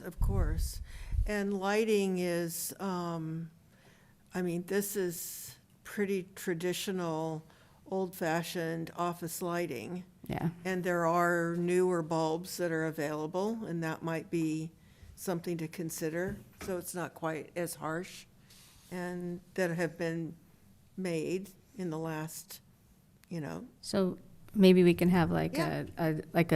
a short list of the Right. quick fixes, and then we Right. can have like more of a wish and list. obviously with budget in mind, Right, because no one wants to, exactly. exactly. That's fine. Thanks. Lauren, do you have any thoughts? Would you want to be a part of a 3-member committee? Well, I don't think I'm the right person, because I shouldn't even say this, but it just looks so shabby. This is just not what I envision as a historic home of this caliber to look like. The drapes, look at that thing over there hanging over there. There's all this wear and tear on all the woodwork. That's just, to me, it just isn't. You sound like you should be on the committee. Well, Are you auditioning? no, I'm not. I don't have the skill set. I don't want to just volunteer people, but like if you and Rick went around, I think that would be a good, Rick being a historic contractor and you having done a commercial building. Right. If you can just meet here sometime and walk around and see what, if there's something that, there's, like I said, a short list and a dream list. Well, I think you start with a budget. What do you have to spend? Well, That's something that as a designer or an architect, whatever, it's like the number one thing is how much money do you have to spend? I had a meeting with the city manager a little while ago, and the way he explained life to me in city politics under our city manager is if the council wants it, they'll find the money. That's what he told me. So I think we have to just kind of think of it the other way around, is coming to him with this, coming to the council, or coming to him and then having him, however it works, but coming to what we see, we think needs to be done, and see how much, if he, the council wants us to go further and cost it out and put it into a future budget. But, I think we have to figure out what it is needs to be done, and and see if they're interested before we go any further. But I think we have to start somewhere, and at least somebody with a little bit more knowledge, like you and Rick might be a good starting point, just to see if, there is things that need to be. Well, I come from, having a business, and it's always about how much money you have to spend. Right. There's not an open check. Yeah, So if there's $500, then I'm just using that as an example. It's easy to take down drapes, right? right. But, labor is expensive, and we just have to, think about, that's how, I'm very budget oriented. Me too. So that's where I would start with. So could we put a group together of Gina, yourself, and Rick, and then have the three of you come back and make a recommendation to us at the next meeting? I don't know when Rick gets back, but, okay, so if not January, can we say February, just to give it Yep, some time? that sounds good. Okay. Okay, let's do that. No, you're fine, you're fine. Okay, move on to item number 5. Mara?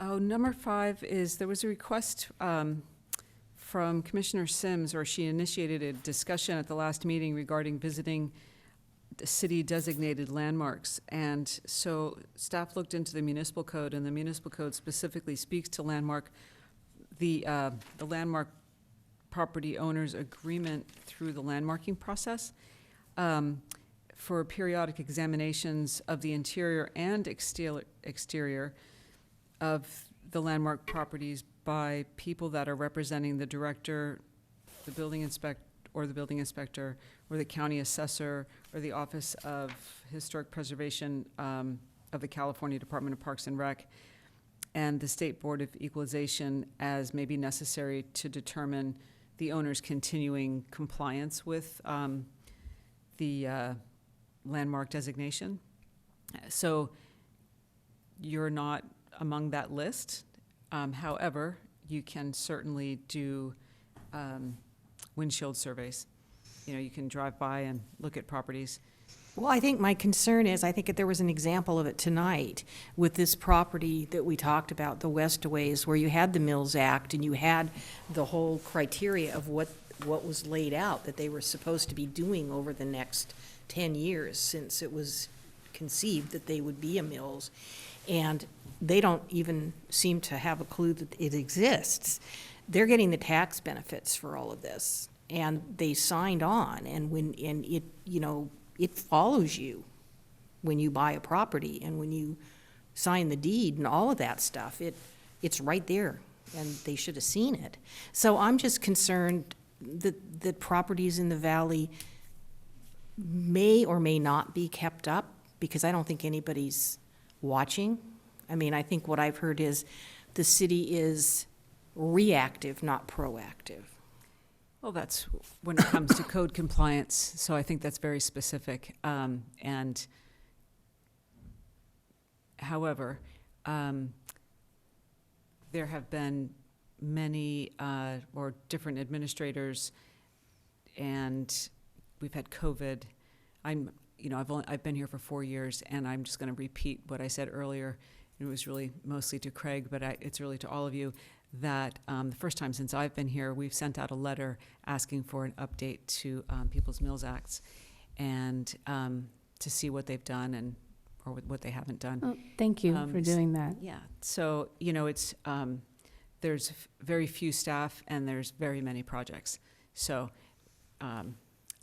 Well, that's. I'll leave that at that. So the fact that it was even done is pretty spectacular. Yep, I think so too. That's where Thank you. I kind That's of where I think get there's, really confused about who we are. You have the 7 of us for free who take all these So- classes about all these things, and we learn all these things.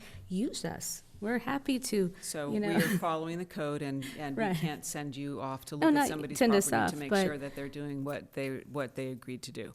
But, That's just, and you can do windshield surveys if you're interested, and it sounded like Commissioner Sims was, interested in that. And there's two different things. There's the Mills Act agreement, and that has a list of 10 things on it.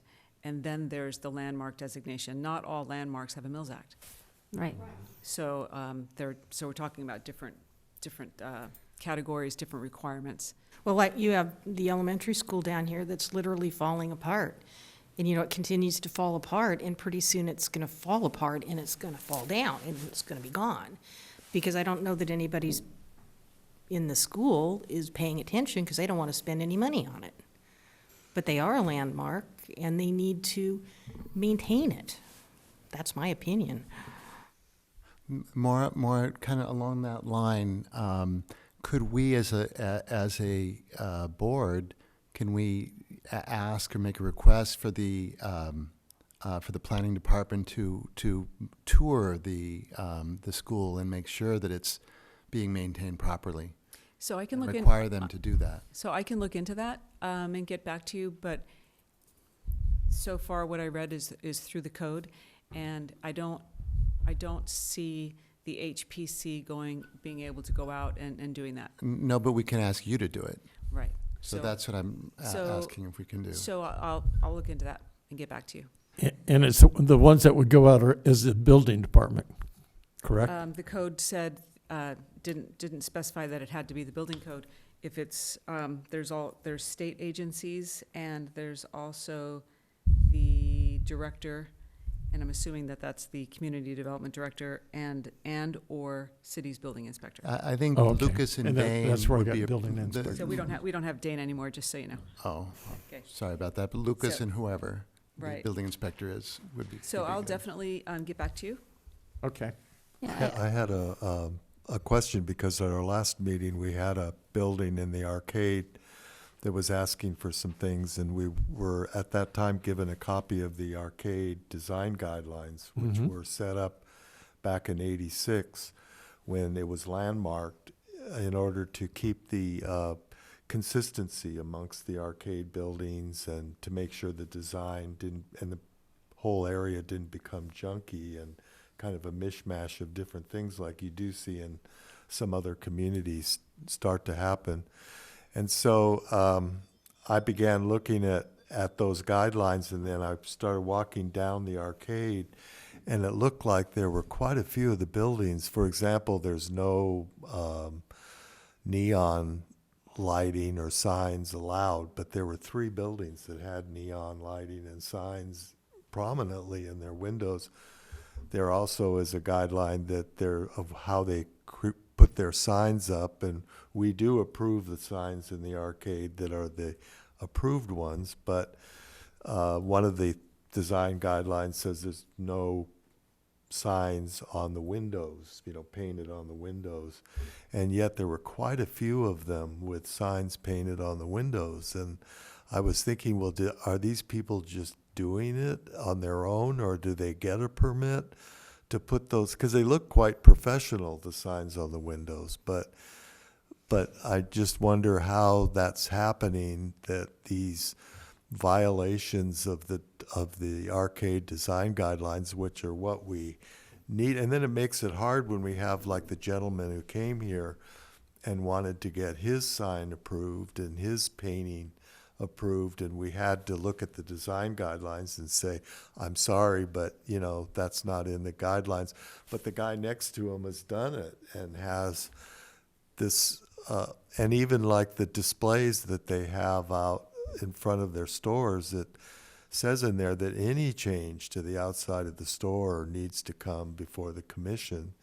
And we do handle the signs that go up outside the door, but I don't recall that this commission has ever approved a sign on the window or a neon sign. So I'm wondering, are they just doing it on their own, or is it something that's being permitted?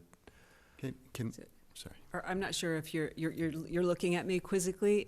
We've I'm already just had this wondering, conversation. are they So- permitted? So we've had this conversation via email, and if you're asking me the question right now, I can respond again, which is that, no, they have not gotten permits. If anybody gets a permit in the arcade for a sign, then you've seen it first and you've approved it. So if it's out there and you haven't seen it first, then it's either before you were a body or on this body, or it was done without a permit. And as I've also told you, we are reactive, and that's right, Commissioner Sims, we are reactive. We do not have the manpower to go door to door, whether it's in a residential or a commercial area. Commissioner Walker has submitted complaints regarding signs, and we are taking care of them as quickly as possible. And you'll note that the location of the signs that you complained about have changed. They're not okay yet, but we're working with them. It doesn't happen overnight. So we have, for you and also for the people listening out there, we have a site on our website. It's called My Ojai. Please go to My Ojai if you have a concern, and you write it in there, and it goes right to our code compliance officer. Our code compliance officer talks to me and or the director, and we find out whether or not the issue is something that is a code violation. And if it is a code violation, then he goes out and starts talking to the property owner and or business owner, which is what's been happening with one particular site regarding neon signs. I want to remind the commission that this is not on the agenda, but we were talking about landmark buildings. So again, My Ojai, please, if you have a complaint, go there. I can't do anything about it from here. Okay? Thank you. When we are reactive. Well, I don't think that we're talking to you particularly. Well, I feel like I feel like it, and I've think what we're said trying this to so come- many times. Excuse me. I think what we're trying to come up with is a better system It's a of great system. enforcement. It's a great system. We have so few staff and so much work, and if you can just go to My Ojai, whether it's the commissioners or as a member of the public, go to My Ojai, and that code compliance officer is on it. He's on it the next day. Well, they sure I didn't promise you. fix the place on the cement that I fell and almost cracked my head open. It's still, there's nothing over it, nothing's been done. Okay, so so I think you met with the city manager in the hallway, and I don't know that things can be fixed overnight, and I don't know about that particular. Okay, I don't know about that issue, but if you'd like me to look into it, I will, and I'll get back to you tomorrow with an email, okay? So Can we stick to the subject of landmarks, please? Yeah, I have a question. So, to be in the arcade and to have a business, it's very expensive. And I think that, they change hands often. I know that just with the historic district, every time we write who's leasing it, then we have to change it, we have to update who's leasing it now. What if we came up with something that went to new leases, new businesses, so I can't imagine the price of a custom neon sign. If they don't know that that's not okay, then they've just done a huge expense that was unnecessary, and that now they're trying to figure out how to use it, how to comply. But if we just kind of said, like a simplified, these are the things that you can and can't do being a business in the arcade, proactively, maybe we wouldn't have to, because I hate the complaint parts, because if it gets to the complaint, we've kind of already messed up someplace, because if it's, we're here to try to help these businesses be a part of our community and succeed. So if there's anything that we could do to kind of let new businesses know before they do something wrong, that would be much better than waiting till they do it. And then, as a commissioner, writing writing a note as a private citizen of something that I spot, I'd rather wait, and I'd rather help before that happens. So far, one of what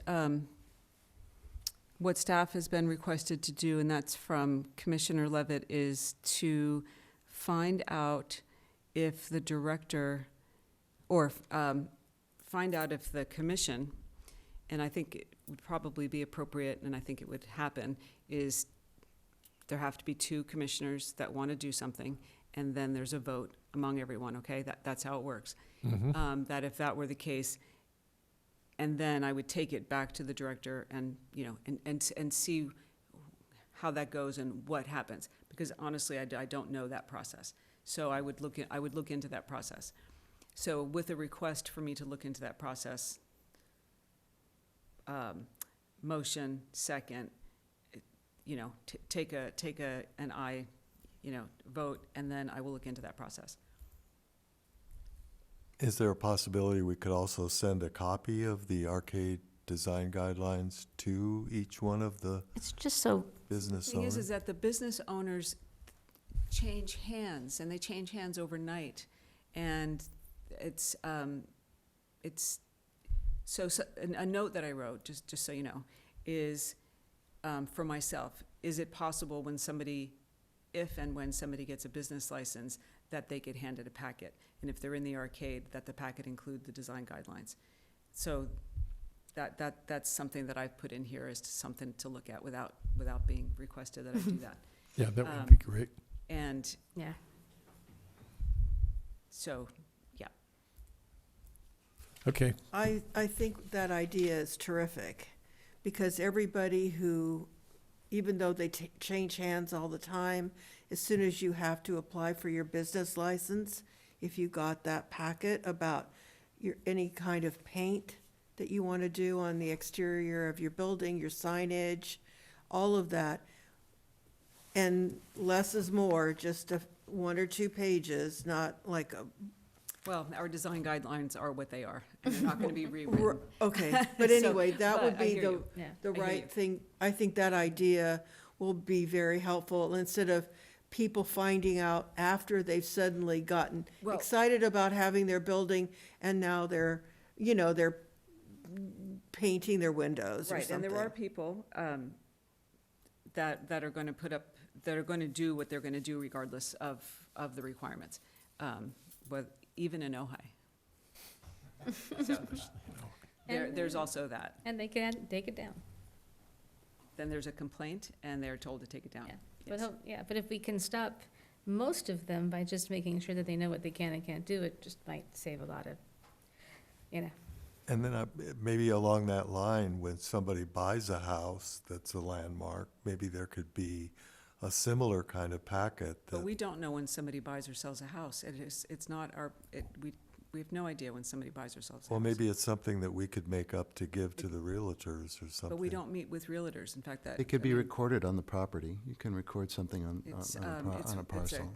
county. Yeah, I mean, something where when it changes hands, they know that they're getting a landmark Right. or a Mills Act, and that they have certain obligations under And that. and the city records things all the time, so you can get things The recorded. recordings the county is who I does the you have recording. to but you take it to the county recorder's office, but the city gets documents recorded. Right, and we file things in the files. However, again, we don't know when somebody buys or sells a property. No, but anybody who buys a property will, I guess 99% of the time, will do their due diligence and look at what's recorded against the property. They might, and they might go to the county and not the city. People don't come in here before they buy a property. But there is only 35 of them, I think, between all of us, especially you two who know every single person in town. You might hear a lot more than, that it's changing hands, that its sign goes up. That's why I was saying, my other thing that has to do with this is if we had a ad hoc that did a drive-by, that walked by the windows, because my thing is, the My Ojai should be for, Joe's mad that Martha's dog is barking all night. It's not, we're commissioners. Having commissioners people should be coming to us with the complaints instead of us coming to it seems backwards. So, My Ojai is for when there's a neon sign, or there's somebody's cutting down an oak tree. I wasn't implying that it was for a landmark falling down. And so, okay. I mean, however, if there is a landmark falling down, hopefully somebody will put it on My Ojai.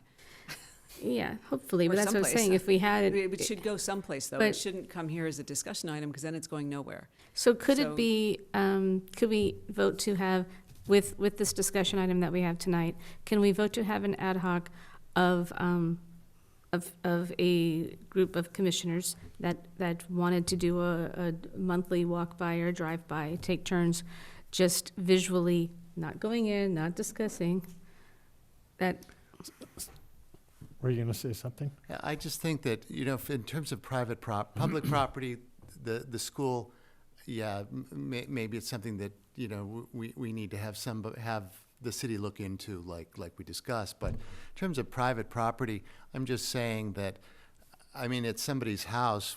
I'm not going to let it deteriorate. I'm not going to let the roof go.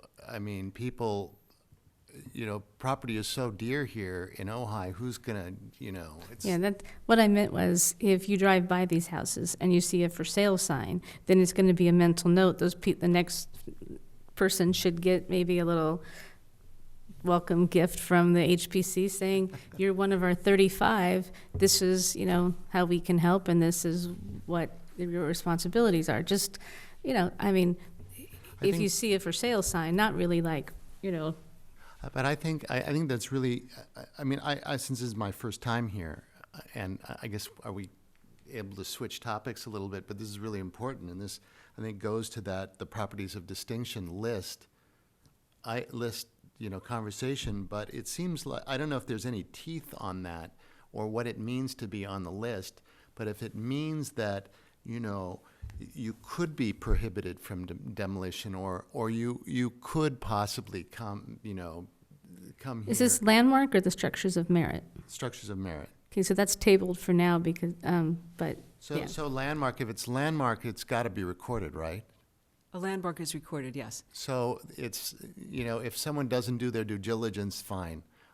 But it's there. And so anybody who looks to buy a property during their due diligence period while it's under contract, who has any sense, is going to go and look at all those items and see it. And I'm just saying. It seems like there's a specific buyer that looks for a historic home too, not just you stumbled across it and go, oh, I bought a historic home. Yeah, of course, absolutely. Absolutely. I think we should focus on getting the information back on the Mills Act that you've sent out, Mara. And because that's the one thing that we have some kind of perhaps bit of oversight, not that we can go out and check it off. That's the building inspector's responsibility. But keeping track of every for sale sign that goes up and when it's gone down is not something I'm ever dreaming of doing with my life. So I will talk with Del Hansen, and I know there's often been discussions in other entities about putting a welcome package for new buyers.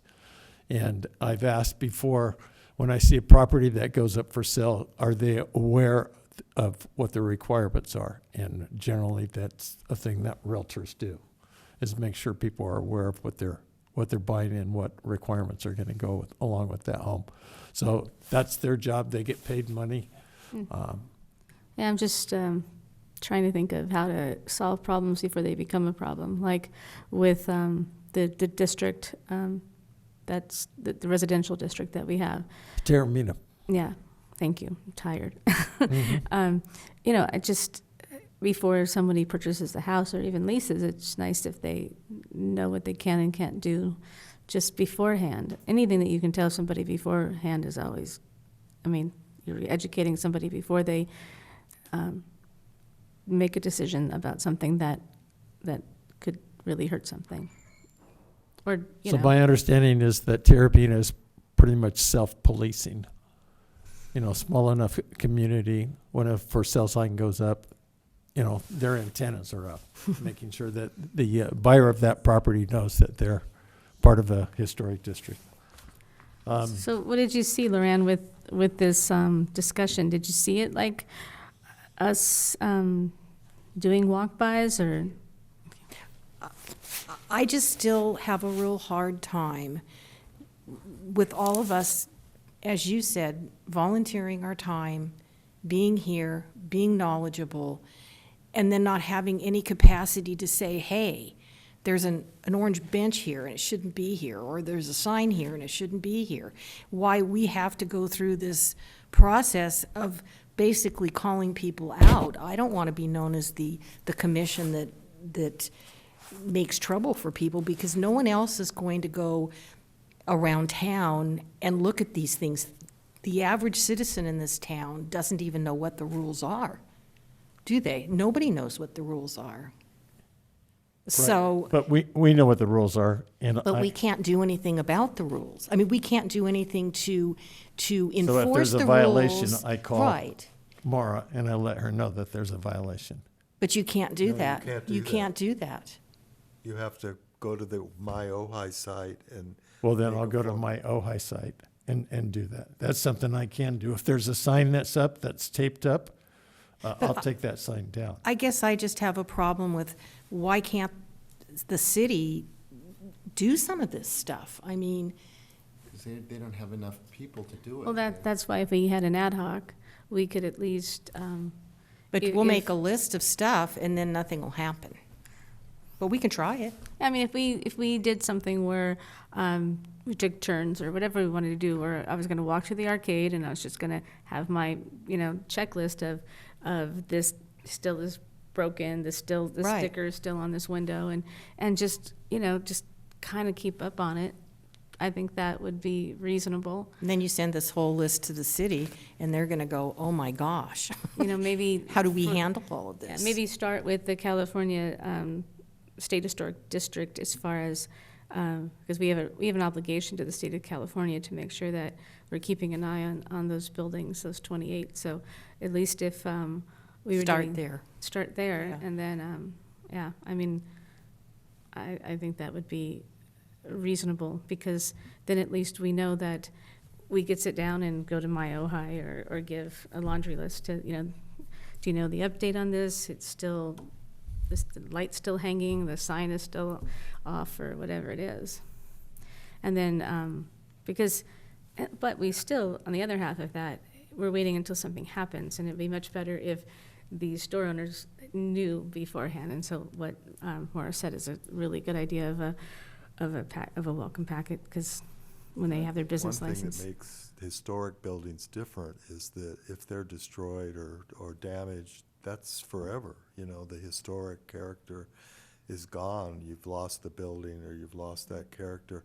If it's just putting up a sign or something, then that's just something that could be fixed in time. But so I think it's critical to have some way, and I like your idea, if this is the only choice we have, of just doing our best to identify and letting the city know through their website or through a phone call that this is something where they should look into it.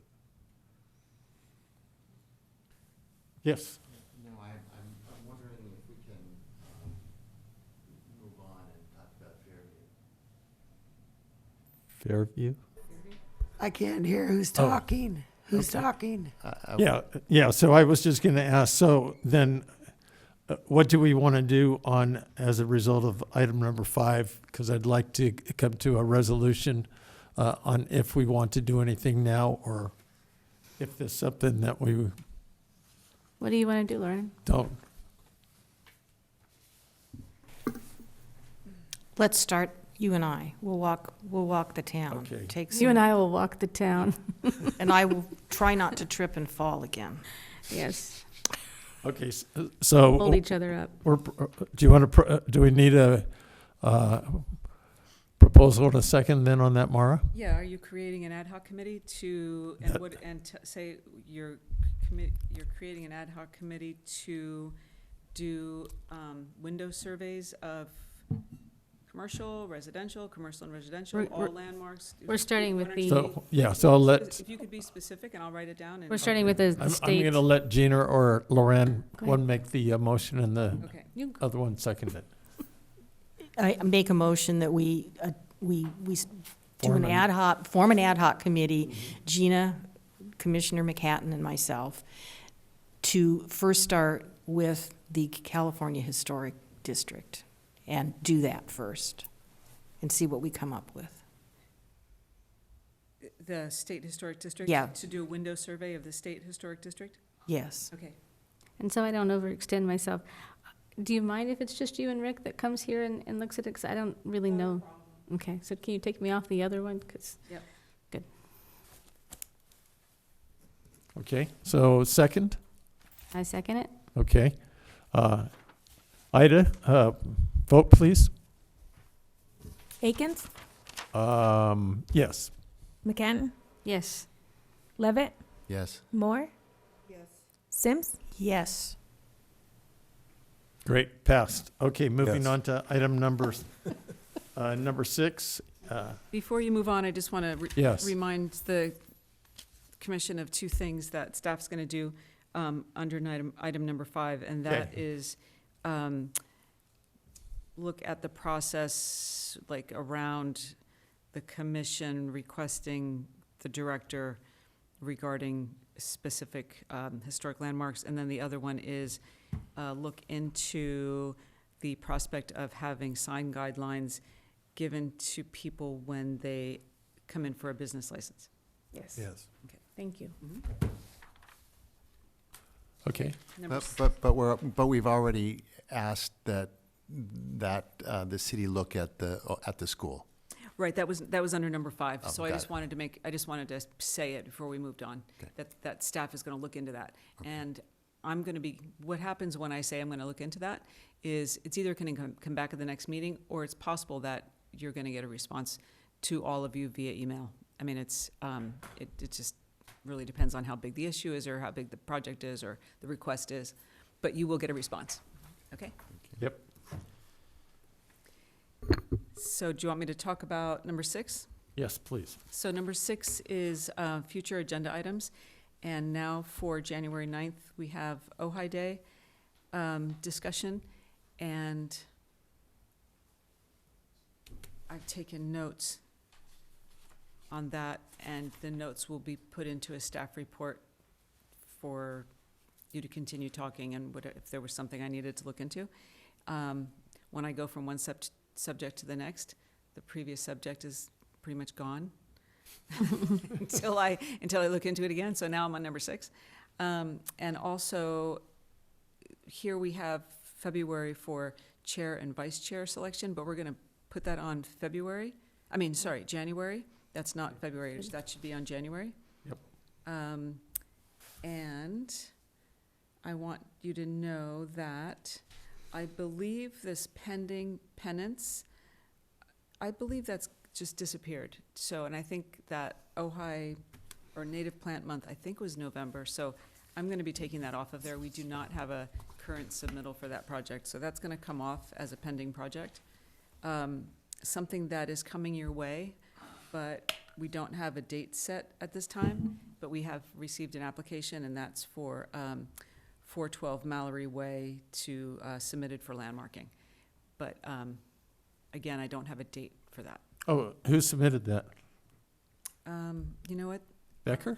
Becker Group? I believe so, yes. Yeah, well, they're the owners, so. Okay, well, there you go. They would have to be the ones to submit Okay, it. and just a little background. So when the council was hearing the 3 4-hour sessions and talking about the Becker Group, one of the things that the council allowed is for them to be, Mallory Way to become landmarked.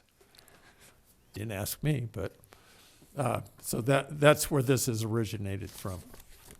From a part of an agreement that was kind of worked out between the council and the Becker Group. And that whole, I just went, okay. So, I have a future agenda item okay, for consideration. The historic report that we received on 1009 Foothill. It's in the code that whenever there's a historic report generated, that it will come before the commission, for the commission to have a public meeting about it. And so my question is, now that that has happened and they've had that report, when do you think we'll be holding a review and comments about that? So 1009 Foothill is not a landmark. It was in a. Can't hear you. Thank you. 1009 Foothill was on a windshield survey that was never adopted, and it's not a designated historic landmark or designated historic resource. And so actually they didn't have to do anything But when we found out that they wanted to demo the building, we told them about this survey that had never been adopted and told them it would behoove them to do a historic resources report because it would be a sensitive issue. And they did it, and we received it, and as an informational item, we forwarded it to you for your information. And they've now submitted a demo report, or not demo report, sorry, a demo permit. So Did you approve it yet? You've received an informational item. Well, but the code actually doesn't say it has to be a landmark. It just says, I can read it to you if you want. The commission will review and comment within 30 days of submission for the public record of any and all historic resource reports prepared for any development project requiring a design review permit, conditional use permit, development agreement, or other zoning code permit. So this is Unless a a demo- report that was done in regard to a permit that the owner is looking to get. So that was put in the code so that the HPC would have a chance to review it and give its comments on that. So I'll look into that and I'll get back to you. From the list that you just read, they are not requesting any kind of zoning permit. So they're not doing a DRP or a CUP or a LLA. Well, I'm understanding that there's going to be some kind of development go on there that it's They're not part of. doing anything to this building that requires a zoning permit. Pardon me? They're not adding on to this building that's going to require No, a but zoning permit? they have a project going. Okay, they haven't submitted anything. Anyway, I will look into this and get back to you. Okay, because it's required that they not piecemeal it and come for a demolition and then, now that we've demolished it, we're going to build a new house there. If it's connected and they have an architect, it says right in the historic report that there's an architect and an engineer and all that go along with this project. So I'm assuming that they want to tear it down so they can build something else. Well, we asked for more than a historic resources report. We wanted a historic resources report and another document that described the structural integrity of the building. We Right. wanted to make sure that we had that. We asked for that. They But didn't. you should ask for that. Right, well, that's what I'm saying, but we did. And so it's not like they have this, to my knowledge, they don't have this team, they didn't come to us. We asked them to do this. So can you tell me what the section is of the code, just so I make sure I have it correct? It's under the responsibilities and functions of the Historic Preservation Commission. Okay.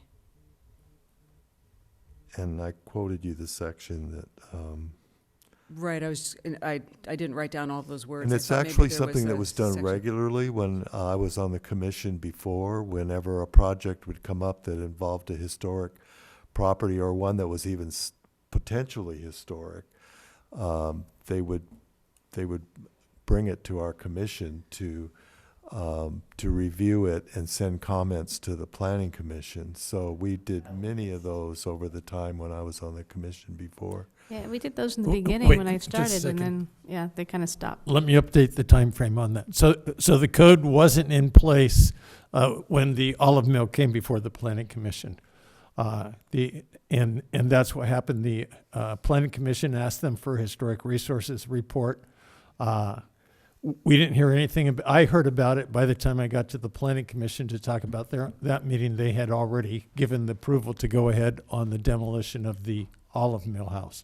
And then when we rewrote the code with the council, we put that stipulation in that any historic resources report That's had to right. come before the HPC. That's right, because it is part of CEQA that if there is a historic property involved, that property needs to be evaluated as part of the process. Now, like with the, So historic property, excuse me for interrupting, but historic property doesn't mean officially previously demonstrated as No. historic. It means something that could potentially be. and be that's why historic. we had the survey, and the survey identified it as a Category 1, potentially historic property. So when you do CEQA, you're trying to understand if there are any potential impacts on the environment. And historic homes are considered, or historic buildings are considered part of the environment.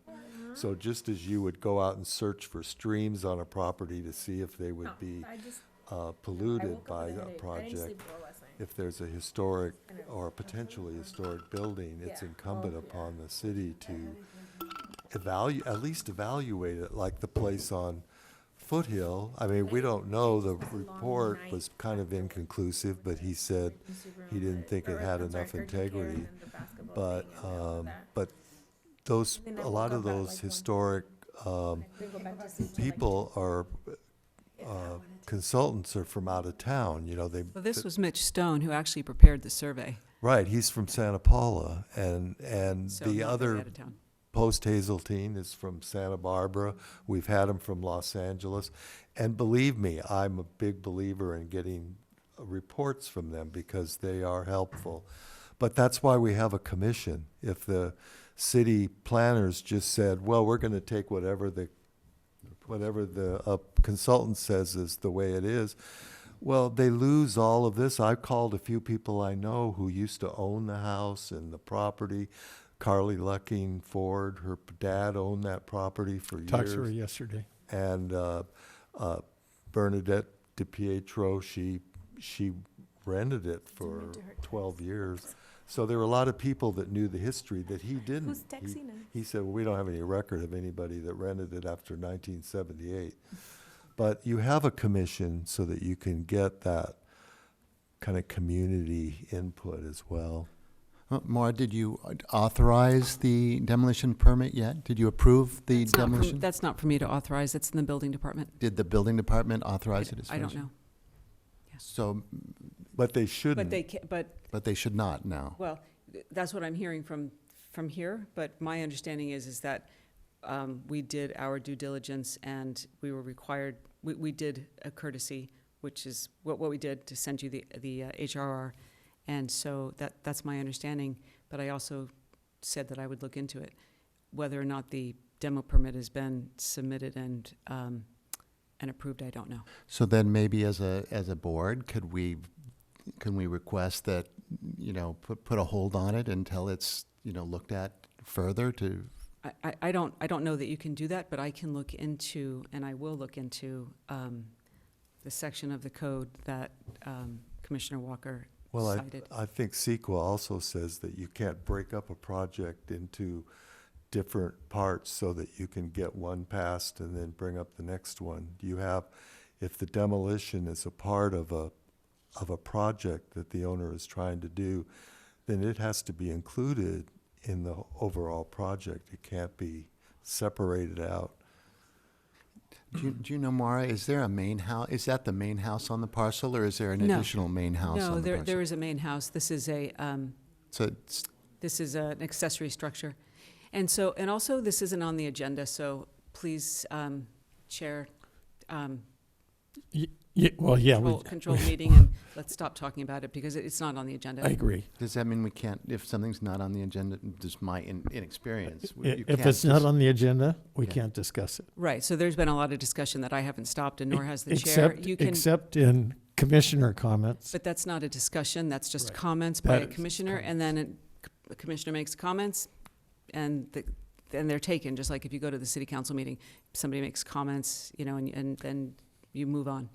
But And- how And can I we- have taken notes, and I have told the commission that I'm going to look into this, and then I'm going to get back to you. Yes. There's nothing, I mean, There's I've nothing gone- else that can be done. Well, the other thing that Maura has done for me is, I guess earlier this week or last week, I asked her if I could get permission to go and walk the property.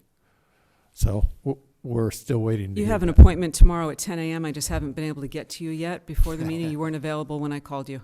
Oh, Thank you. okay, well, thank you. I was going to tell you after the meeting. You have an Okay. appointment tomorrow morning on site at 10. Uh, And it's Okay. just you, it's not a commission, okay? Okay, Okay, so Yes. we're finished with this item? I think Yes. Okay, and- I've told you what the next items are going to be for the future. Do you have something else, Vice Chair? I do, I have a question. Every month, we have our downtown historic district, and it fell off this month, because I had an update, but it wasn't a discussion item. I took it off the agenda. It'll be back on the agenda next month. Okay, but I have something that's timely that I need to discuss. Okay? Well, it would be a discussion or would it be a commissioner comment? I'm going to have to do it in commissioner comments, Okay. but just letting you know that I'm going to, it is something that I was working with Craig, who's on our, ad hoc, and it's important because it's timely, so I have to Commissioner comments? do it now. Open back up Commissioner Commissioner comments. comments. Okay, so as you know, that you sent it to all of us blind copied about the state of California, the tax credit. That I think it came from you, and it all. So this is a press release that I would like you to send whoever you need to send it to get permission to send it to the paper. It's all just basic facts from the website, but it's not on.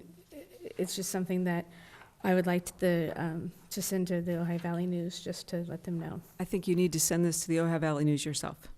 I wasn't sure. Yeah. I mean, I But who's the name on the top? That's where I got stuck.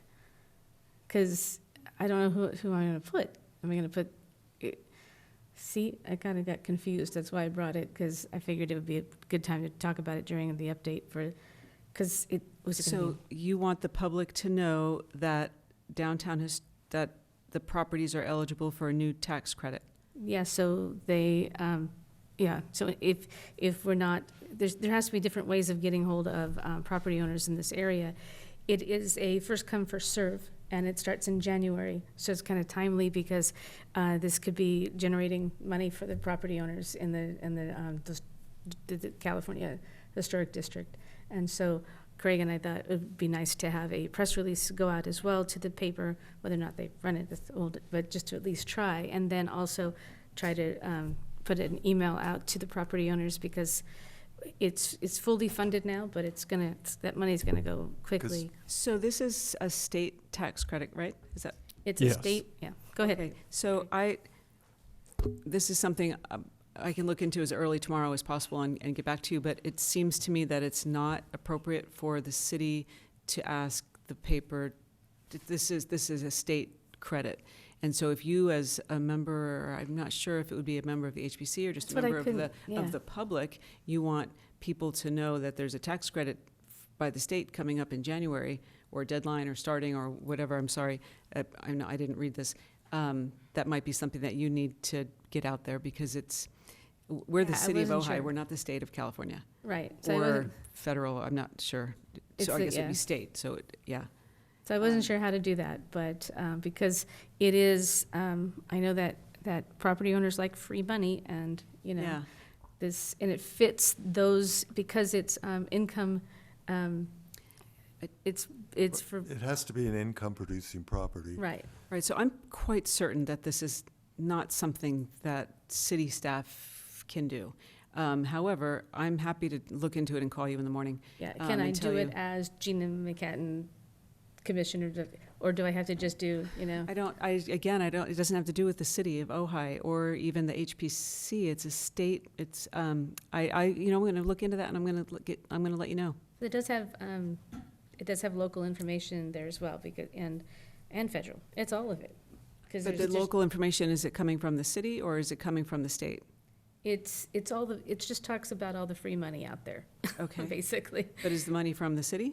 Money from, it's, they're eligible for Mills Act. I think we just mentioned the Mills Act. But it's also state and fed because all 28 of the properties listed on the California State Historic District are also eligible for the National Registry, which means they also can get, it's an extra 5%? Is that what it is for the? If it involves low-income housing, Oh, they add then an that's extra another one too. 5%. Okay, I'm gonna look into whether or not it's appropriate for you to send this as an HPC vice chair, or does it have to be as a member of the public? Thank you. And I'm gonna get back to you tomorrow. Yeah, that's why I wasn't, But I'll send it to everybody under blind copy. okay, I wasn't sure. Yeah, the other concern I have is this was brought up in commissioner comments. It was not brought up as an action item, so the That's true. commission can't take action No, you on cannot. it And No, I without have, it being a discussion item. and I have one more thing. I did go attend the webinar this morning from the National Preservation of Commissioners. I think I'm saying that wrong, but they had one was on ADUs in historic districts, and it was really interesting. Just a ton of information. If anybody is interested, I have it all up here. But it's also they're going to be doing a sending it out as well. You can watch it afterwards. But I think it would be good if anybody from Terramino decided they wanted to do an ADU. This would be just really a lot of valuable information, more than, I think, I can't see it happening into a California district, because that's right in that downtown strip. I can't imagine ADUs going in there. But it was just a lot of information if I could see that happening in the Terramino district. So if anybody... have an ADU if it was in a historic district. Well, that's what this is about. It's navigating ADUs. There is ways to do ADUs in historic districts. And, yeah. But, yeah, I think it'd be really good for you to watch. It's all about for planners, too, so I think. Well, please send that to me because I'm your ADU person. Okay, I will send it to you. I don't just do HPC. We like Okay. the acronyms. So Mara, did you go over planning report information? I am finished with all presentations for this evening. Thank you. Oh, okay, okay. Are we on commissioner reports yet? I thought you did that. Commissioner comments? We've been on Commissioner comment. Commissioner comments for 30 minutes. I know, but we didn't get to everyone. Can I? I thought everybody spoke. No, I was on future agenda items. Oh, okay. Yes. Well, I just had a question. One of my comments is, where are we with the historic survey update? Because I was told that I was supposed to work with the historic consultant to be part of that process, and we got funded by the city. So I'd hate to just let it fall aside and not act on it, or we'll lose our budget. We got a budget for that. Is that correct? So part of the question on that is identifying the approval of that budget, and it was up to me to come up with which of the council meetings that was discussed. And so I have that as an action item to pinpoint that down for Mara. Okay, so I just want to make sure that we don't lose track of that, because we only have this fiscal year to spend the money, so. Which goes to January 30th, yes. Yeah, so we want to, everything takes time, so that's just something I wanted to bring up. What are you talking about, the survey? Are you talking about SOM? What are you talking about? The survey. The survey update that Okay. I thought we got budgeted Yeah. by the city to do. Mara, that's the one you and I talked about, and I said I would watch the city council meeting to identify exactly when it took place. Or I know now when that discussion took place, because I found my comments. Is that the one with Leslie Rule and? Yep. Okay, good. Yep, so that's on me. Okay, and then the other one. And we have been talking about it, so, Okay, so that's on maybe me. by the next meeting, we'll know absolutely. how we can proceed with But that. I'm confused, because if that budget was just approved, it can't end in January. It's got to be the full year, right? The I'm budget we're in the current budget cycle. The amount that was discussed was in additional funds that were found of city monies. Thank you. That they went back and they held essentially a focus, city council meeting to identify what to do with that large amount of funds that they had. And that's only until January 30th, No, that's to June 30th. That's in the June 30th. Okay, June 30th, because we're on the fiscal year Fiscal going year. from July 1 to June 30th. okay, good. So, yeah, I was at that meeting, actually spoke in a meeting about getting that money. Oh, and then the other thing is just, we had talked about possibly on the Ojai Trail having plaques that would identify historic places along the way as people walked along the trail. And I'm not sure if the commission is in favor of that. We've never really taken a vote on it, but maybe we could bring that up at a future meeting whether or not the commission wants to do Okay, that. we'll do that. Okay. So I'm sorry, are we putting it on an agenda or talking about putting it on an agenda We're at another? talking about putting it on an agenda. You're going to talk about, I'm going to talk, are you and gonna I take are it- going to talk in setting the agenda for, Okay, in getting it you there. don't want to take a vote now, get two people and take a vote that this should be on a future If we agenda? can, I'll Well, a vote for that. future agenda, but Okay, a future I just think we have not other priorities Okay. that will keep us from sitting here till 9 o'clock at night.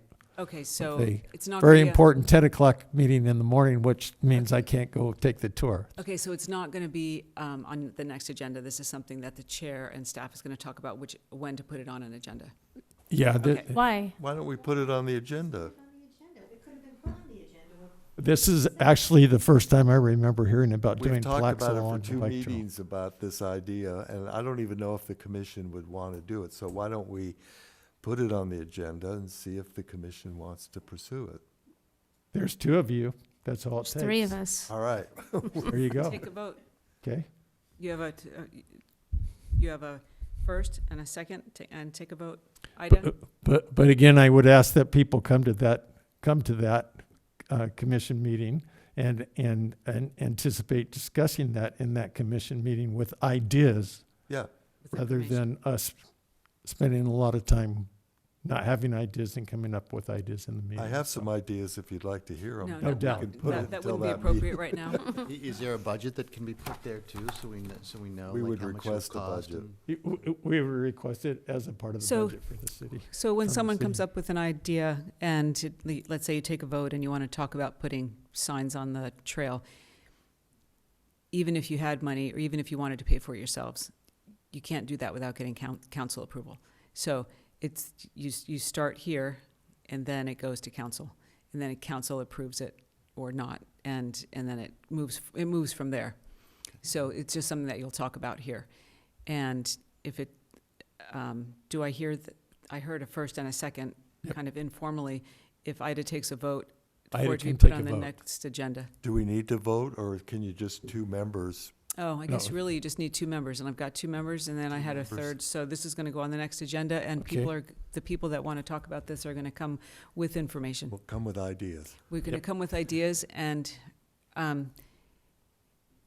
I'd like, are there any more commissioner comments? Because if not, I wanna say something that's about this, but then other things as well. Can I end with that? If there's Are we no done? other commissioner comments, Okay, there aren't. Okay. So, so I if thought you that'd have be fun. questions about this item for specifically, that's going to help you gather your information before coming back to the next meeting. Please contact me in advance so I can actually have some responses for you, either right then and there on the phone, or I can get back to you before you come back here so you can have it in your hand, in your pocket, or I can respond at the meeting. And so since we have new commissioners here, that's another thing, is that I encourage you strongly, and I say this over and over again, and the only person, generally, I'd say 99%, the person that contacts me is Brian, even when it's not just about our agenda. He calls me with questions. Please contact me with questions. Don't contact each other with questions. I'm the one that's processing the projects. I'm the one that gets the applications. If you do want to talk to each other, of course you can. You have 7 members, so you can talk to 2 others. Any one of you can talk to 2 others. You cannot talk to 3 others, because then you're violating the Brown Act. So you can't talk to a majority. So if Brian wants to talk to somebody about the trail, he can only talk to Laurel and Randy. well, I would- It's yeah, you I would can't then talk talk to- to Craig. you wouldn't talk- So anyway, it's very important. And again, everyone here has my phone number. You have my email address. You receive emails from me. Please contact me with any questions. And also, if it's about project specific, it will make the meetings way more efficient. And Brian said something earlier, the chair, about being here until 9 o'clock. Maybe you like being here until 9 o'clock. I don't know. I've been at work since 7. So, a.m. So this is my job. I'm happy to be here, kind of. But again, do you want a 3-hour meeting? Maybe it can be more efficient, though. Well, excuse me, but I have a 10 o'clock a.m. Meeting tomorrow, a very important 10 o'clock a.m. meeting tomorrow, and things are being, this meeting has been extended on things that we weren't, I think, prepared to discuss at this time, and that's why we put it on the agenda. So, sorry if I'm a little bit irritated, but it's been hellish 2 weeks. So, Brian and Maura, so I have a question then. So I have for an example, an idea that the owners of the property on Fairview might like as a way to save that property, that might make everybody really happy. How would I go ahead and, would I share that with Brian and he would talk to you? What would I do? I don't even know what Fairview property you're It's talking about, and nine- please don't, nine- and please don't talk about a project in here that we don't have, because it's, right, so, So if there were a random address, Right. that there happened to be some people who would want to demolish that, and I have an idea that might make them happy and possibly save that property, what should I do? knock on their door, send them a letter, Private citizen. private citizen? Yeah, but this is, But see, we already talked about that because we talked about how it should come before, that project should come before this group. So if we're hoping to have that happen when you can, and if we have that meeting, which is what we should have, then you can talk Okay. about it. So, you know what? Well, it shouldn't be. Commissioner Levitt, please, if you have a question about something like that, contact me. all right. Contact me, we'll talk about it. If we need to talk to the director, we will. Just contact me. Thank you. Okay. We'll work through everything and anything together. We will. Might not be to your satisfaction.